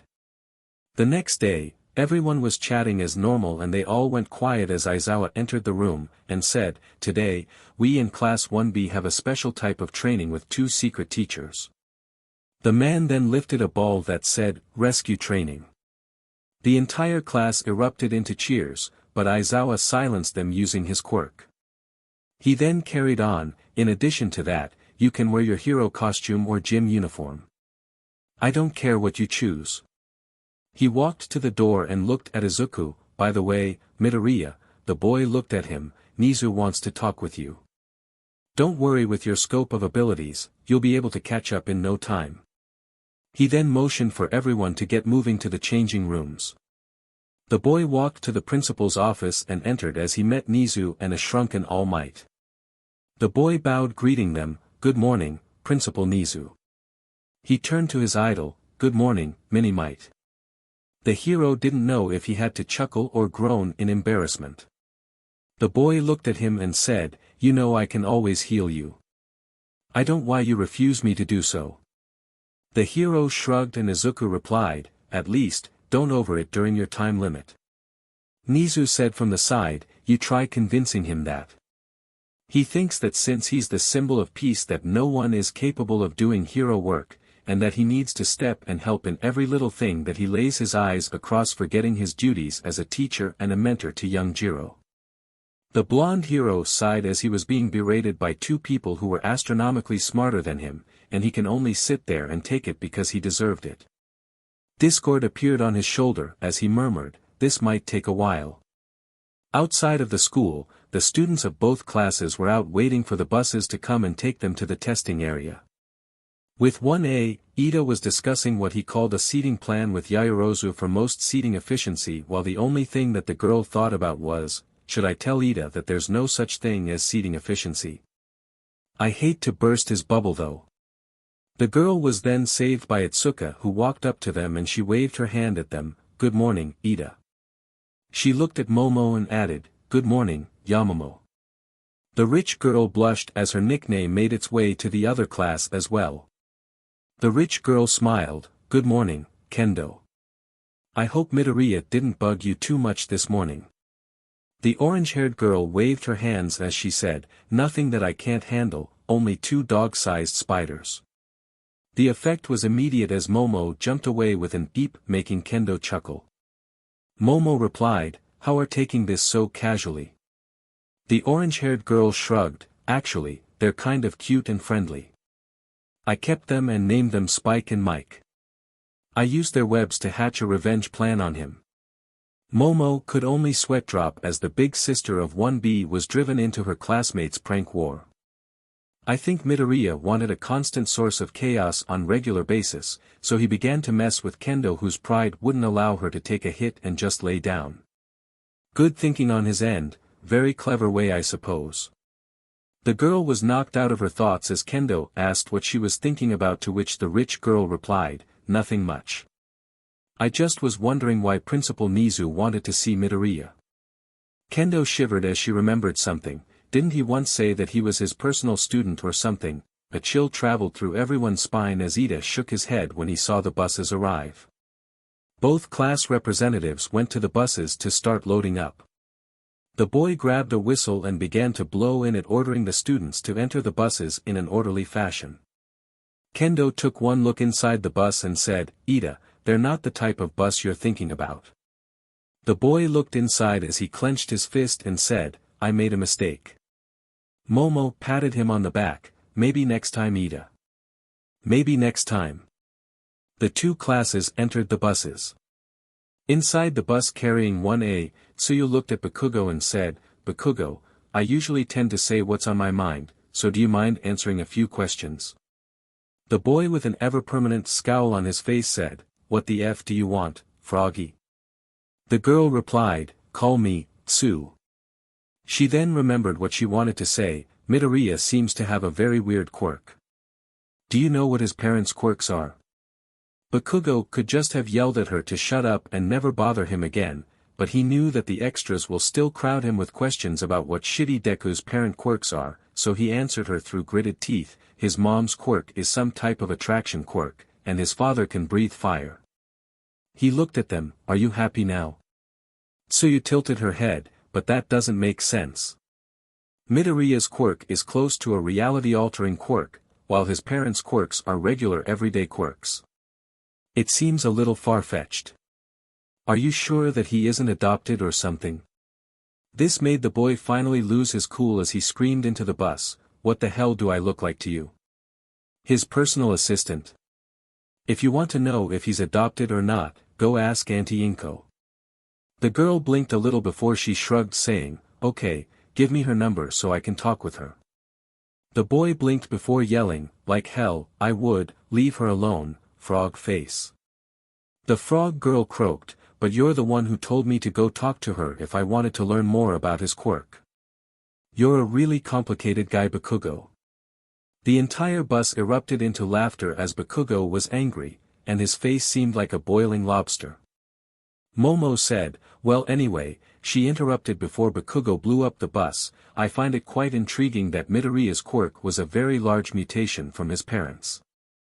I mean, I heard some quirks mutate together, but to this extent, it's unheard of." Kirishima popped from behind saying, "Well, I think his quirk is really manly, and the way he uses it is really awesome, and he'll be able to make it big given it really flashy, just Bakugo and Todoroki, unlike my plain hardening." Momo smiled as she said to Kirishima, "Don't sell yourself short, Kirishima. A quirk doesn't make the hero. I think you'd make a wonderful hero. You made it this far, so you can't let negative thoughts consume you." The boy smiled in her direction and thanked her. Tsuyu then said, "But I doubt Bakugo would be able to make high given how angry and volatile his personality is. I don't think he can make it to the 50s, let alone the 10s. The boy jumped up and yelled, "What the F did you say, Froggy? Do you want to be buried today?" This only seemed to prove her point as she pointed at him, and said, "See what I mean?" Kaminari said, "Well, I have to agree with her. I mean, we've only met you for a few days, and you've already proven that your personality is a mixture of sewage turd mixed with garbage being burned for 3 days without stop." This made everyone laugh. Bakugo looked at him as a murderous aura engulfed him as he said, "Hey, Sparky, do you want to die today?" And what's the new vocabulary? Before anything can happen, Aizawa spoke, be quiet. We'll arrive there in 3 minutes, so prepare yourself. Meanwhile, in the bus. Carrying 1B, Pony sat wondering what Nizu might want from her boyfriend, and she had a bad feeling ever since Vlad King told them that they have hero training today. It was like her animal instinct telling her that something bad was about to go down. Pony was brought out of her head as Ibra asked her, "Is there something on your mind, Pony?" The vine girl looked at her friend with worry in her eyes as the horse girl chuckled a little saying, "No, nothing serious, but I have a bad feeling about today. Maybe, I didn't get enough sleep." Itsuka said from the side, "Are you still thinking about what Midoriya said yesterday? I honestly think he's overselling it. It was just a bad dream." The horse girl laughed, "I think I may have thought about it, but he seemed so serious, and I have never seen him like that before." Everyone hummed. Awaze then said, "Can we talk about how awesome the dude is? His pranks on Kendo are epic. I mean waking up in the ocean. Giant spiders. That's really cool." He was whacked by an unimpressed Kendo who said, "How about I tell him to prank you instead?"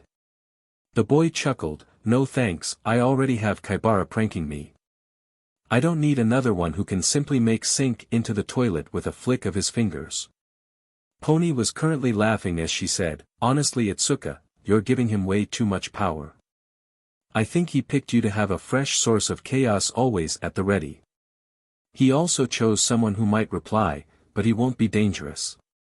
Kendo blinked as Will's turned in her mind, "So he picked me to prank, because he thinks I'm easy pickings, huh?" A dark aura encompassed her. "I'll show him what this easy picking can do when she's angry." Pony sweat dropped, "I treated to make it better only to make it worse. I have a feeling that I may have helped him prank her harder." She was brought out of her thoughts as the bus stopped, and Vlad said, "All right kids, we're here." Both classes exited the buses and they walked toward a building with a huge dome. Aizawa said, "Welcome to the place where you'll be doing the rescue training. This is the USJ." This caused Ashido, Kaminari, Mineta, Subiraba, Awaze, and Manga to yell at the same time, "Is the Universal Studio Japan?" Their hopes were down midair as Aizawa said, "No, it's an unforeseen STMLTN joint." The 6 teens went down as they were all escorted to the building. Once they entered it, a figure walked toward them as she said, "Today, we'll be doing disaster training." The figure was wearing a puffy spacesuit with a visor that showed white narrowed eyes. It was the space hero, 13. This caused 2 squeaks as Ochako and Yui from 1B began to fangirl over the space hero. This made the hero smile as she patted both girls, telling them that she was going to be there all day so they can ask her as many questions as she wanted. The hero then carried on to tell the students about the dangers of quirks, and how they could be used to hurt others. She explained that today they'll be learning to test their quirks to rescue STMLTN. The hero said, "Today, you'll be doing rescue training in different scenarios." They walked forward where they saw different areas from zones from fire, to flood, to wind storms, earthquakes, and many more. This however caused a chill to travel through Momo's spine as she said to Ochako, "Didn't Midoriya say that he saw different disaster areas in his dream?" The mocha-faced girl remembered that as she swallowed heavily saying, "Yeah, but he also said there was a black mist, so we're good." On the side, Aizawa with Vlad asked 13, "So where's All Might?" The space hero replied by lifting 3 fingers as she said, "He overdid it with his hero work. Right now, he's resting while both Nizu and Midoriya are chewing him out for overdoing it. This was the last update Recovery Girl told me." Aizawa facepalmed, "This man is the height of irrationality if he needs a student to chew him out to start taking his job seriously." He raffled his hair as he said, "Whatever, let's get this show on the road, and be over with it." The hero walked forward as he heard one of his students whisper, "Is that a black mist down there?" The hero swirled around and looked at the center of the plaza as he saw a black mist swirling at the center as a hand made its way through. A man covered with hands on his body made his way through the mist followed by an army of villains. Kirishima then said, are those fake villains? Tetsu carried on, UA is really awesome. The man covered in hands said, we are the League of Villains. The mist finally shrunk as it returned to his side when a huge monster exited it and took a more humanoid form, and I'm Tamura Shigaraki. We're here to kill All Might. Where is he? I don't see him here. Both hero teachers yelled, get back. This worried both classes as they backed away while Aizawa said, those are really villains. I want all of you students to fall back so no one gets hurt. He looked at 13 and told her, keep the students safe, and try to contact the school. He then jumped into the fight as Vlad joined him. Some of the villains tried to shoot him with their quirks, but it yielded no result. Aizawa used his scarf to grab some of the villains and smash them into each other. One of the villains which had 4 arms charged at him, tried to erase my mutant quirk. The man didn't make it too far as Vlad King smashed his face with a hammer made out of BLD. The hero charged at the rest as he began smashing left and right. A villain tried to jump on him, but he was grabbed by the throat and thrown to the side like a ragdoll. Suddenly Aizawa blinked, which caused the mist villain to escape, causing Aizawa to click his tongue as he continued to fight the horde of villains with Vlad. Back with the students, everyone ran to the front door after they tried to connect to the school, but couldn't reach them, which tipped them off that the villains might have someone that was jamming their communications. The hero students were almost at the door when the mist from earlier appeared. It narrowed its 2 yellow eyes at them as it spoke, please excuse our interruption, but we're the League of Villains.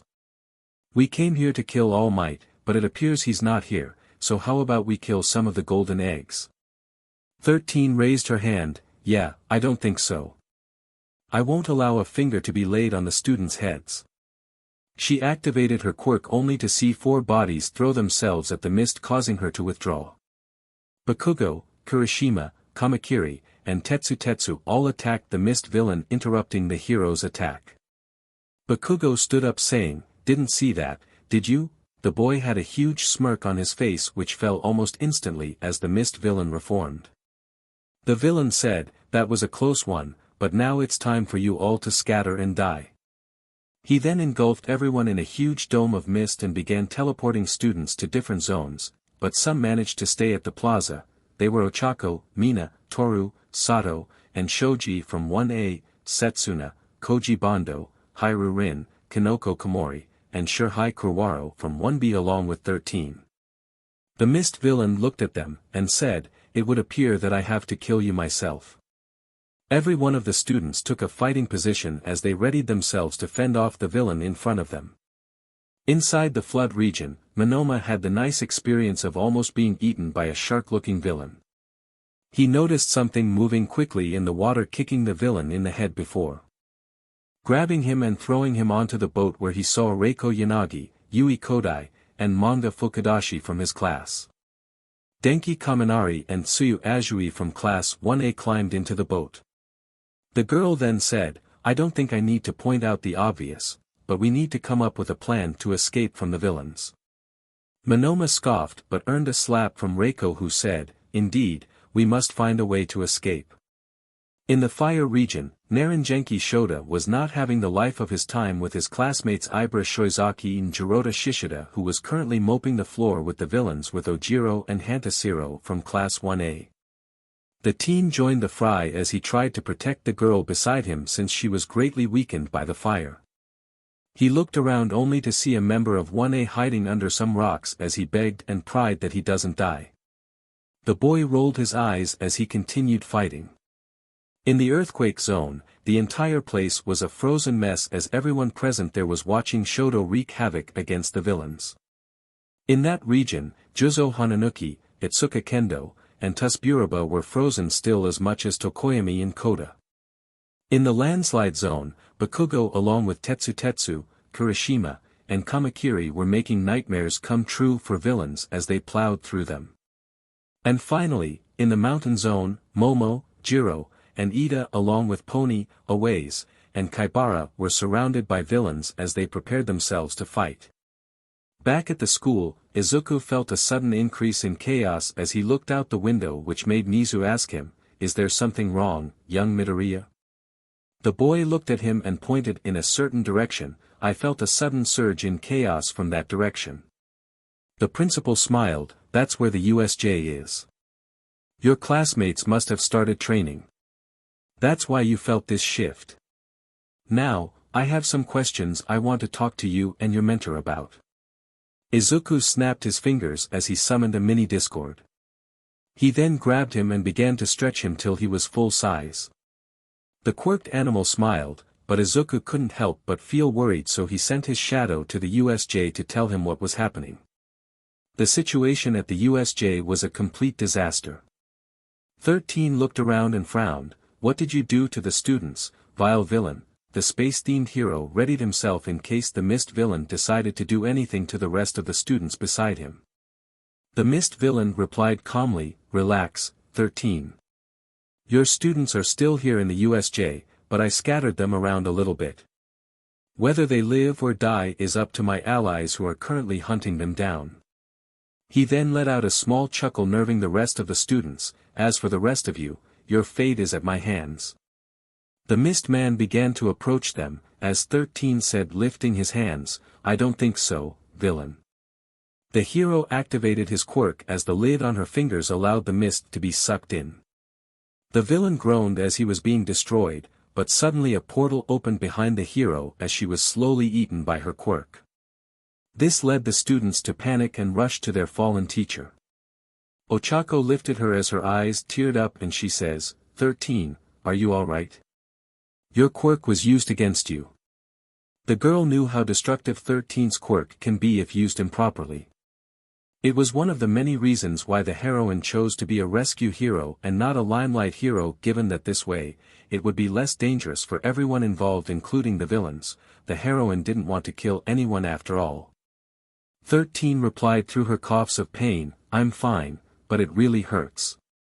She looked at the mist villain, who seems to be currently engaging Shoji with the six-armed boy, throwing rocks at him, trying to him as he dodges his portals. You all need to find a way out of here. One of you needs to go and warn the administration. Shirhai raised his hand, I'll do it. My quirk is best suited for the situation. I can use the shadows to travel quickly to the school. Everyone nodded as they saw Shoji get flung back as Kurogiri approached them. He said, talking about your plan in front of the enemy. How naive can you be? The students stood in front of him defiantly as Shirhai had an idea. The boy ran toward him, and jumped inside of him. The mist man suddenly felt his own body tug against him. It felt like his body was being stretched. The boy popped out of his body and said, look at you, so helpless now. He then re-entered it. The mist man frowned, then concentrated strong enough and yelled, get out of my body. Shirhai was then launched out in the direction of the door, where he hid inside another shadow. The boy then yelled, open the doors quickly so I can escape to the outside. Toru ran forward and said to the villain, hi Misty, take a look at this. The girl's body then emitted a huge flash of light, causing Kurogiri to back away from the students. In her mind, Toru was mentally patting herself on her back, this is so awesome. I have to thank Midori once we go back to school for teaching me this awesome move. Setsuna disconnected her hands as she grabbed Shoji, listen, big guy, I'm taking you to the door to pry it open. You're technically our only hope to open it. The girl then noticed a swirling mass of mist coming their way, but suddenly it flinched, giving the girl time to get out of the way and take Shoji to the door. The six-armed teen looked at the girl and said, you can count on me. The boy then summoned different arms and grabbed the door as he began to slowly rip it open, or at least cause a crack huge enough for the black user to escape from the USJ. Back with the others, Rin smiled as he said, so you do have a body under all that mist.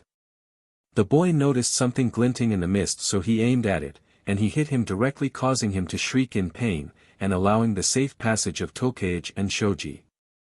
Kurogiri frowned, you may have found my weak point. The fight is still far from over, so I suggest that you all give up. The mist man was about to attack when he heard the sound of metal being ripped apart. He looked behind him and saw Shoji standing beside a huge hole in the door. The boy yelled while one of his hands was through the hole, Kurwaro, use the shadow of my hand to escape.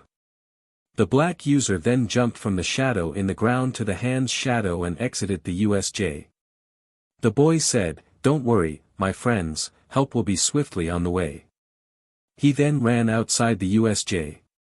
Shoji turned around to see a clearly annoyed Kurogiri who said, "You all have been nothing but a nuisance. I will send you all to he." The mist man then felt his body begin to float as he sensed that he lost his footing. Ochako said, "Looks what Rin said is true. Goodbye now." She threw the mist villain away from the other students toward the ground. She looked at Bondo. "Bondo, you have to do it now if we want to contain him." The glue hero in training nodded his head as he walked quickly and used his quirk to glue Kurogiri to the ground.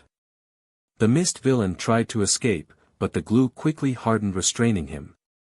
Kurogiri growled, "DMN it." Sato came over and downed a sack of sugar into his mouth. The boy's muscles then bulged as he yelled, "And away you go." The boy dug his hands into the ground, removing a huge chunk that contained Kurogiri, and threw the mist man away from the others. Ochako and Tokeichi returned to 13, who was left with Kinoko. The hero now seemed to be much calmer as she said, "Thank you, Komori. That mushroom really helped dull my pain a little bit." The mushroom girl smiled with a small blush, "No problem, 13. In the flood region, Monoma sat with his legs crossed as he tried to come up with a plan to use to help him and the others escape. He needed everyone's aid to ensure this endeavor, even 1A's help. Yes, he didn't like him, but even he knew when to act professional or not. This was one of those times to act professional, or else it's an early grave for all of them. The boy looked at everyone and said, "All right, as you can see we are all in quite an unexpected situation. I think to survive this we have to combine our strengths to ensure that we all escape from here unharmed or at least without any permanent injuries, so I think the best thing to do right now is to get acquainted with each other's quirks." Everyone looked at him shocked for a moment before Yui picked up a toothpick and enlarged it. The boy was confused, but then the spear-like weapon was near his throat as the girl asked seriously, "Who are you and what did you do to Monoma?" I know for a fact that he would have never accepted the help of anyone from 1A. The boy chuckled as he was afraid for his life. "Kodai, it's really me. I don't want the help of 1A scum, but it can't be helped in this situation, so I have to work with what I have right now." The girl lowered her weapon as she silently said, "I'm watching you." The boy coughed, trying to ignore the chuckles from the others. "Well, I'll begin by telling my quirk to those who don't know it yet. It's called Copy. It gives me the ability to use copy 5 quirks at a time for 5 minutes, but I can only use one at a time." Tsuyu then said, "It's kinda sad." A vein throbbed on the boy's head as the girl said, "Since I talked, I might as well carry on. My quirk is called Frog. It basically allows doing what frogs can do. It's kinda self-explanatory, so there's no need to dive into the details." Manga then said, "My quirk is called Comic. It basically allows me to use comic words such as explosions and whatnot to attack." Yanagi then said, "Mine is pretty simple, Poltergeist. It allows me to use and move things that aren't heavier than the average weight of a human with my mind. So basically a form of telekinesis." Yui then said, "Size, enlarge or shrink non-living objects." Kaminari then said, "My quirk is called Electrification. It allows me to emit electricity, but if I overdo it, I kinda free my brain." The blonde then smiled, "Oh, I have an idea." Everyone looked at him. "Let me electrocute them, and then we can escape." The boy went to the side of the boat, but Tsuyu brought him back. "Given that you can't direct your energy, I think that you have to refrain for toasting us." Monoma nodded his head as he said, "I have a plan." Everyone then heard him out. When he finished, they all felt the boat shake as it was broken in half. Monoma yelled, "It's now or never." Tsuyu then jumped while holding Kaminari and Yui. The black-haired girl threw a couple of screws and blots, making the villains laugh. The screws and blots then enlarged. Manga simply released the orb boom from his mouth to fly away. And then the blots began to move and attack the villains as Monoma, whose body was disconnected due to having taken Tokai's quirk earlier with Reiko in her hands, as she used her quirk to attack the villains, and distract them. A couple of moments later, all the students landed in the water. Monoma said, "Quickly, let's move before the villains begin to catch up to us." Denki asked, "Can't I use my quirk to knock them out?" Everyone looked at him with bored expressions while Tsuyu pointed at the water, and the boy came to a realization, "Right, we're all in the water. I might get us too." Suddenly, the doors of the USJ were blown open and everyone sighed in relief, thinking a hero came. In the fire zone, Shota ducked under a hit as a villain tried to get through him to attack Shiozaki, who was tired from the environment at the moment given that the flames were weakening her vines. "Shiozaki, are you alright? Do you think that you can escape the zone to go somewhere you can work?" The girl weakly nodded her head. "The fire greatly weakens my body as it zips away my energy, same with the cold. But I think this is the worst case scenario for me." The boy nodded his head as he suddenly grabbed the girl and put her on his back. "Then we're leaving, and I'm taking you with me." The boy looked at Shishida and the others. "Guys, Shiozaki is tired here. Her quirk and biology are no good in the flame zone and it makes her weaker, so I have to take her out of here." The others nodded as Siro taped a villain and threw him to Ojiro, who kneed him in the face, knocking him out. Shishida growled in his beast form, "I will not allow anyone to harm my friends." He then grabbed a villain who tried to throw flames at him and slammed him into the ground. Another jumped on his back, but the boy simply threw himself to the ground, burying the villain into it. Shota was about to run, but he was stopped by soft sniffling. He looked and saw the grape-themed boy from 1A crying from fear, but he seemed out of it. It then hit him that the boy might be sensitive to heat. "Are you alright?" Before the boy could answer, both of them were attacked by a villain. Shota didn't have time to reply, but Mineta had, as he threw his sticky ball at the villain before taking a deep breath and said, "That was too close for comfort. Go, I'll hold the villains. I may be a coward, but I'm still trying to be a hero. And I'm good. The thing is that if I use my quirk too much, I bleed a little." The boy said as he pointed to a field full of sticky ball where a couple of villains were stuck and trying to escape from it. Shota nodded his head as he continued to run away from the fire zone. As he was about to make it to the exit, he heard a loud boom coming from outside. He could only hope that the heroes came. In the landslide zone, Bakugo yelled, "Die!" The boy blasted a villain in the torso before grabbing his face and punching him. He then jumped up and threw an explosion into the faces of 3 villains. The boy quickly carried on as he grabbed one of the 3 villains, kneeing him in the gut. He then threw the other one into the third as he yelled in anger, "What the hell are you doing here, you bunch of weak butt villains?" Tetsu was with Kirishima as they both punched villains left and right as the steel user said, "Wow, he's sure enjoying himself. He's also a great fighter. I have to give him that." Kirishima chuckled, "I know, right? He's the manliest guy ever. It's really cool." The boy now had stars in his eyes as he looked at Bakugo. A shout from their said brought both their attentions. They looked at Kamakiri, who said, "Fanboy, ogle him later. We still have villains that need to be taken care of and I doubt that they'd wait for both of you to finish ogling him." Both teens nodded their heads as they returned to their fights and punched the villains left and right, but suddenly a huge boom echoed throughout the USJ. This made both hardening boys smile. The reinforcements must have arrived. In the earthquake zone, the hero students watched in silence as Shoto defeated all the villains in the region.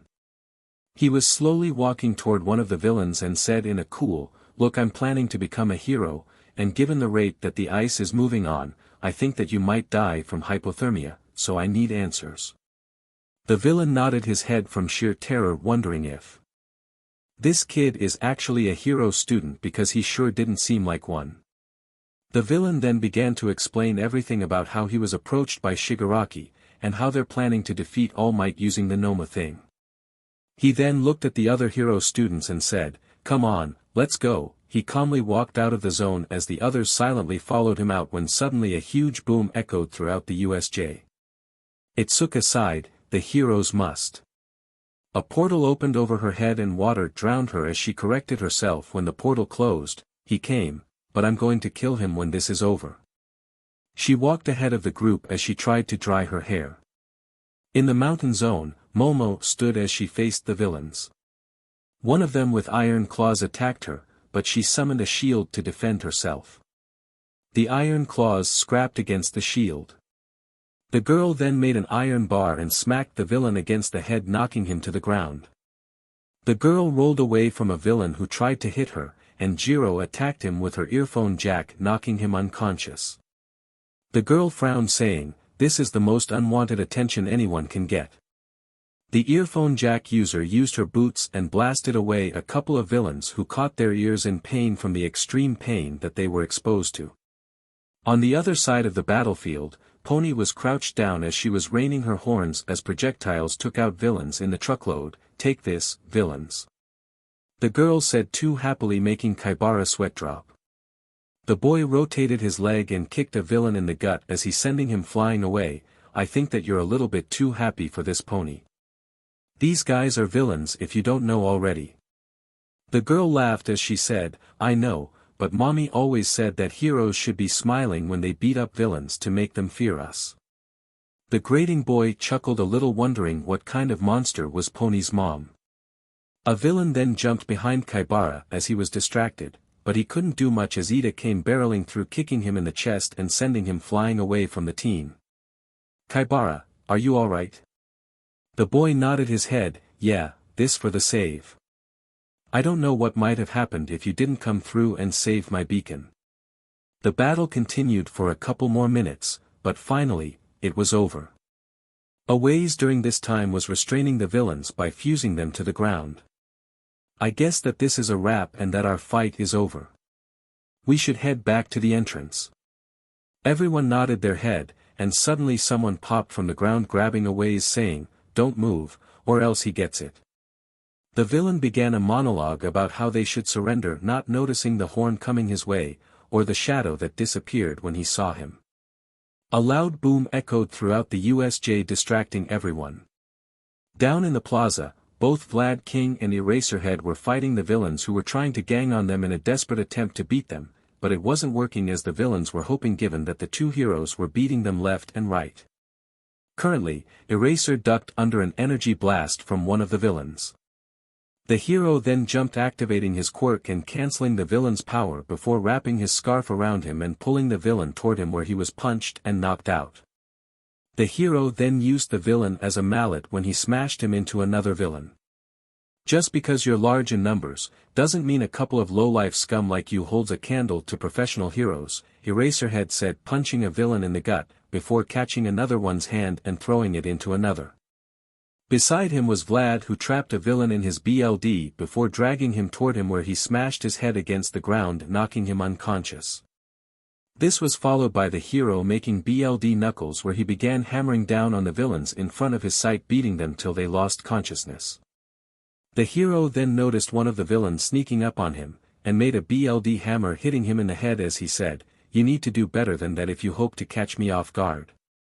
The heroes then noticed the main villain laughing as he said, "You're both so cool. You're both awesome.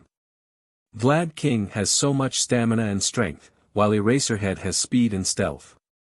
This is really amazing." He then giggled a little, saying, "But you're still both going to die." Eraserhead then made his toward the main villain, who was making a countdown. The hero managed to weave through the horde of villains protecting him, and finally made it to him as the villain said, "Your quirk is cool, Eraserhead. You use those goggles to confuse your opponents to where you're looking, but to tell when it's activated." The hero elbowed him into the stomach as his hair went down. "All you need to do is look at your hair." The hero then felt his elbow slowly decay as he freed himself from the man's grip as the villain informed him, "By the way, I'm not the final boss." Eraserhead felt a shadow loom over him as the villain said, "Nomu is." The beast then lifted its arm and smashed the Erasure hero against the ground. Vlad saw this. The hero yelled, "Get away from him!" The man then threw a villain he was holding to the ground and ran toward Nomu making a hammer. The hero tried to hit the beast, but it caught the hammer effortlessly before hitting the hero straight in the chest, knocking the wind out of him. The Nomu then proceeded to grab Eraser's arm and tried to bend it.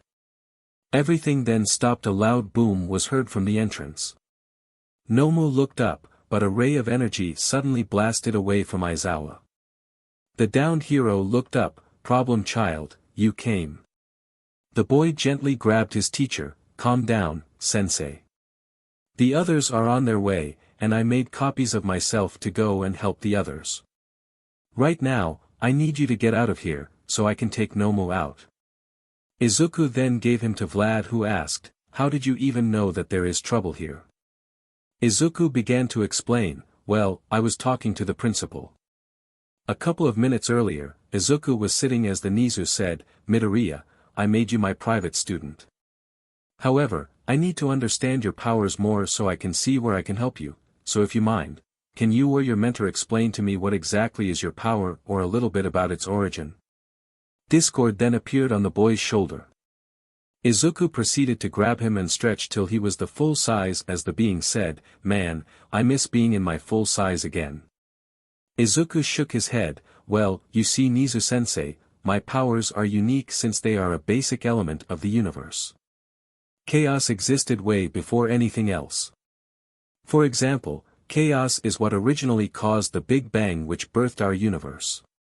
Nizu nodded his head as he brought out a small notepad from his desk, and began scribbling on it.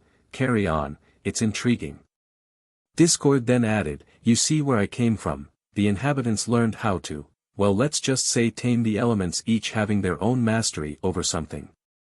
They are in essence are similar to your quirks, though I won't say that they are the same thing. While yours are powered, theirs are more like a skill that they exceed in. Are you just like them? Or are you different?" Nizu asked, making both Izuku and All Might feel extremely uncomfortable. "I'm different. I was from chaos in my world." Discord then opened his hands, "I am the personification of chaos, or I was till I try to possess Broccoli Boy over here." Izuku frowned over the nickname, summoning a mirror and looking at his hair, which he had to admit in hindsight that it did look like broccoli. "What drove you to possess him?" Nizu asked him. The chaos being shrugged, "Like I said previously, I wanted to avoid imprisonment. There was the power of harmony in my world that could seal me away in a statue, and believe me, it is not comfortable. I was freed and then, after some things, I was about to be imprisoned. I chose this world because it lacked the concept of friendship, a place where only strong rules. I tried to possess the strongest being, but given that two powers can't mix well inside any given body in this world, I found him, and well, you see what happened." Nizu meanwhile was cackling like a mad scientist. Suddenly, Izuku's shadow phased into the room as it merged with Izuku telling what was happening inside the USJ, and the boy yelled, "The USJ is under attack." Nizu stood up with All Might buffing up as Izuku said, "I'm going." He then disappeared from their sight as Nizu said, "Alert the entire school to be on complete lockdown till the situation is resolved." The hero then asked, "What about young Midoriya?" Nizu gave him a look that said that the boy is going to be fine given that he has the entire universe at his fingertips. Back to the current time, Vlad King nodded his head. Izuku then said, "Take Aizawa-sensei from here. Things are about to get seriously messy."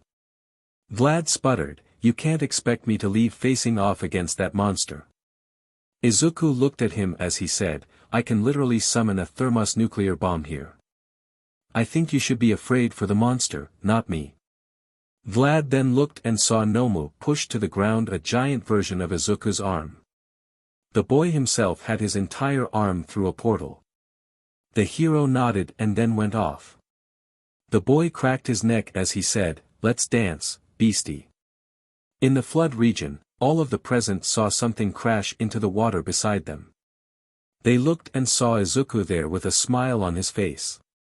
The boy then said, "Quickly, I need to all get out of here so I can deal with the villains." Monoma then said, "Of course, 1A students will try to steal our strong-earned effort of facing the villains. Hell, he's even trying to take the effort of his own friends. Everyone gave Monoma a dry look as Izuku simply shook his head before he snapped his fingers, lifting everyone into the air. The boy's hand began to emit electricity as Kaminari said, "Hey, that's my." Izuku then yelled, 10 billion volt attack. Kaminari's mouth dropped open, thing. Izuku then lowered them into the water as he pointed to the downed villains. The bad guys are currently down, and I need you all to go to the entrance. Whatever you see, you are not to interfere because I'm currently facing something that requires me to set loose. Everyone looked at him confused. I'm just a clone. Get with the program, people. He then disappeared as Kodai said, well, you heard him. Let's get moving.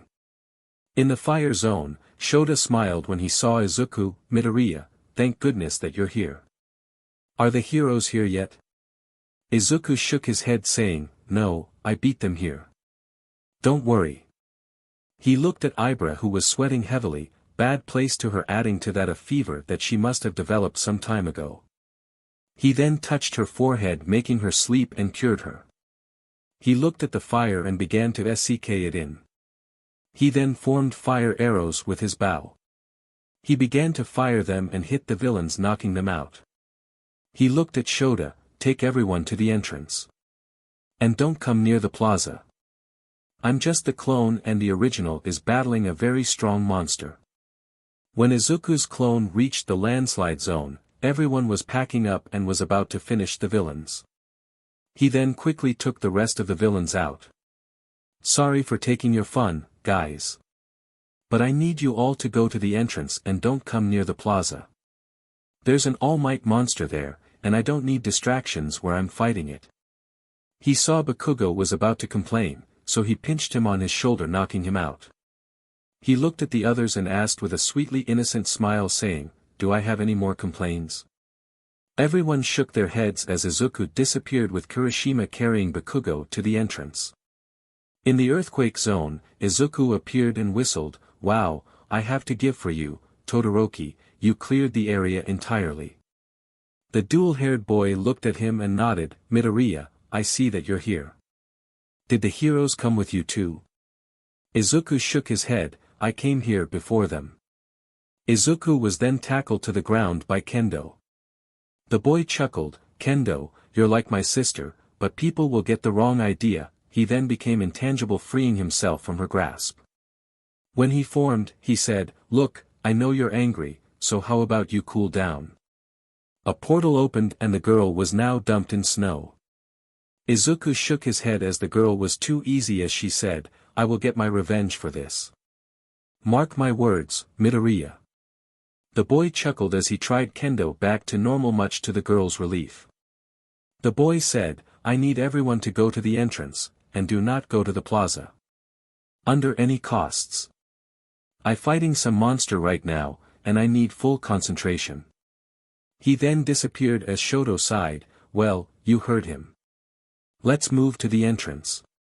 Even though the boy wanted to see this all-might killer, he knew that going there and putting his classmates' life at risk was a stupid idea. In the mountain zone, the villain holding Aways yelled, what the heck was that sound? His arm was suddenly yanked back by something black. The man in a moment of panic let go of Aways, who ran away.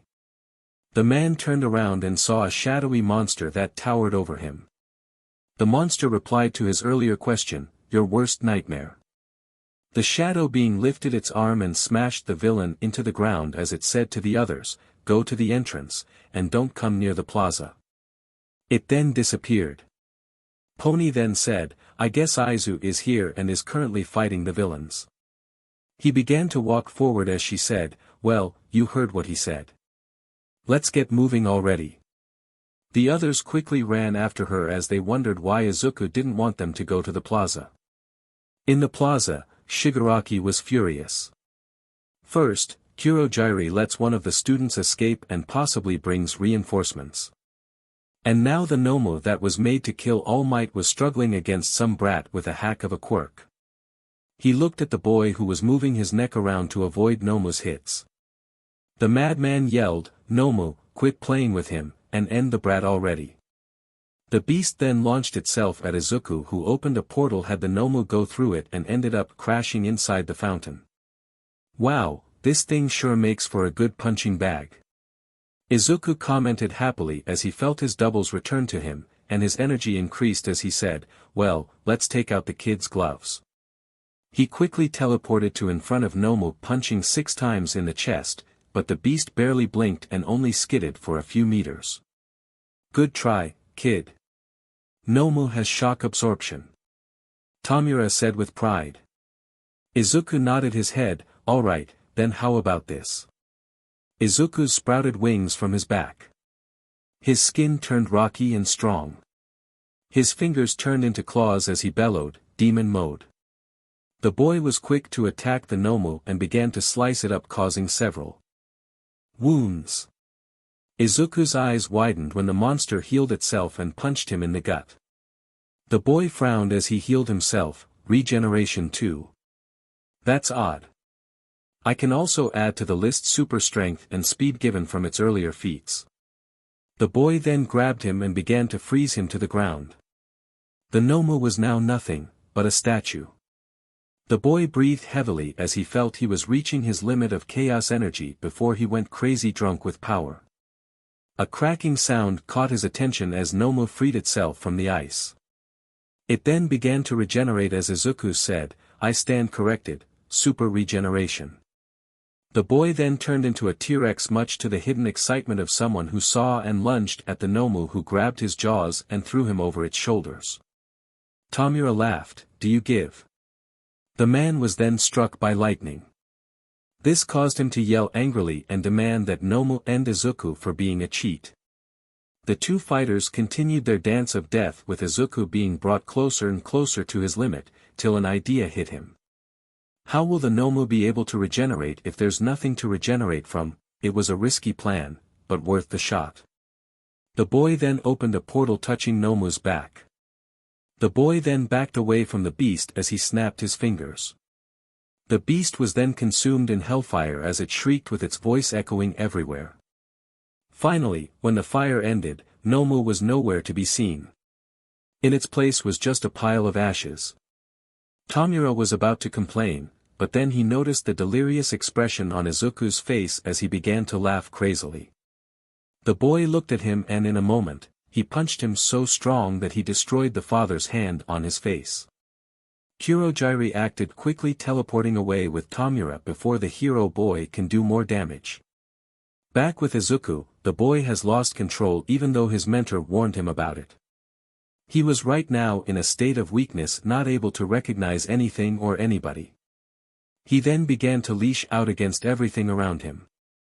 Back at the entrance, the heroes have arrived with All Might leading them. The hero looked down and saw Izuku destroying everything in his path while laughing crazily. What is young Midoriya doing down there? Momo replied, well, he was fighting that Noma thing, and when he was able to defeat it, he went insane. I think he might have hit his limit and kept pushing it, and now he's gone crazy. The hero clenched his fist because he had to take Izuku down to help him. He yelled, everyone, stay back. Young Midoriya's quirk is really strong. And it may take a while till I can beat him or knock him out. He was about to go, but Pony beat him to the boy. What happened next stunned him as the boy turned into a serpent and coiled around her neck, making the girl blush. The hero figured that even though he was out of his mind, his instincts must have been still acting, and told him that Pony was an ally.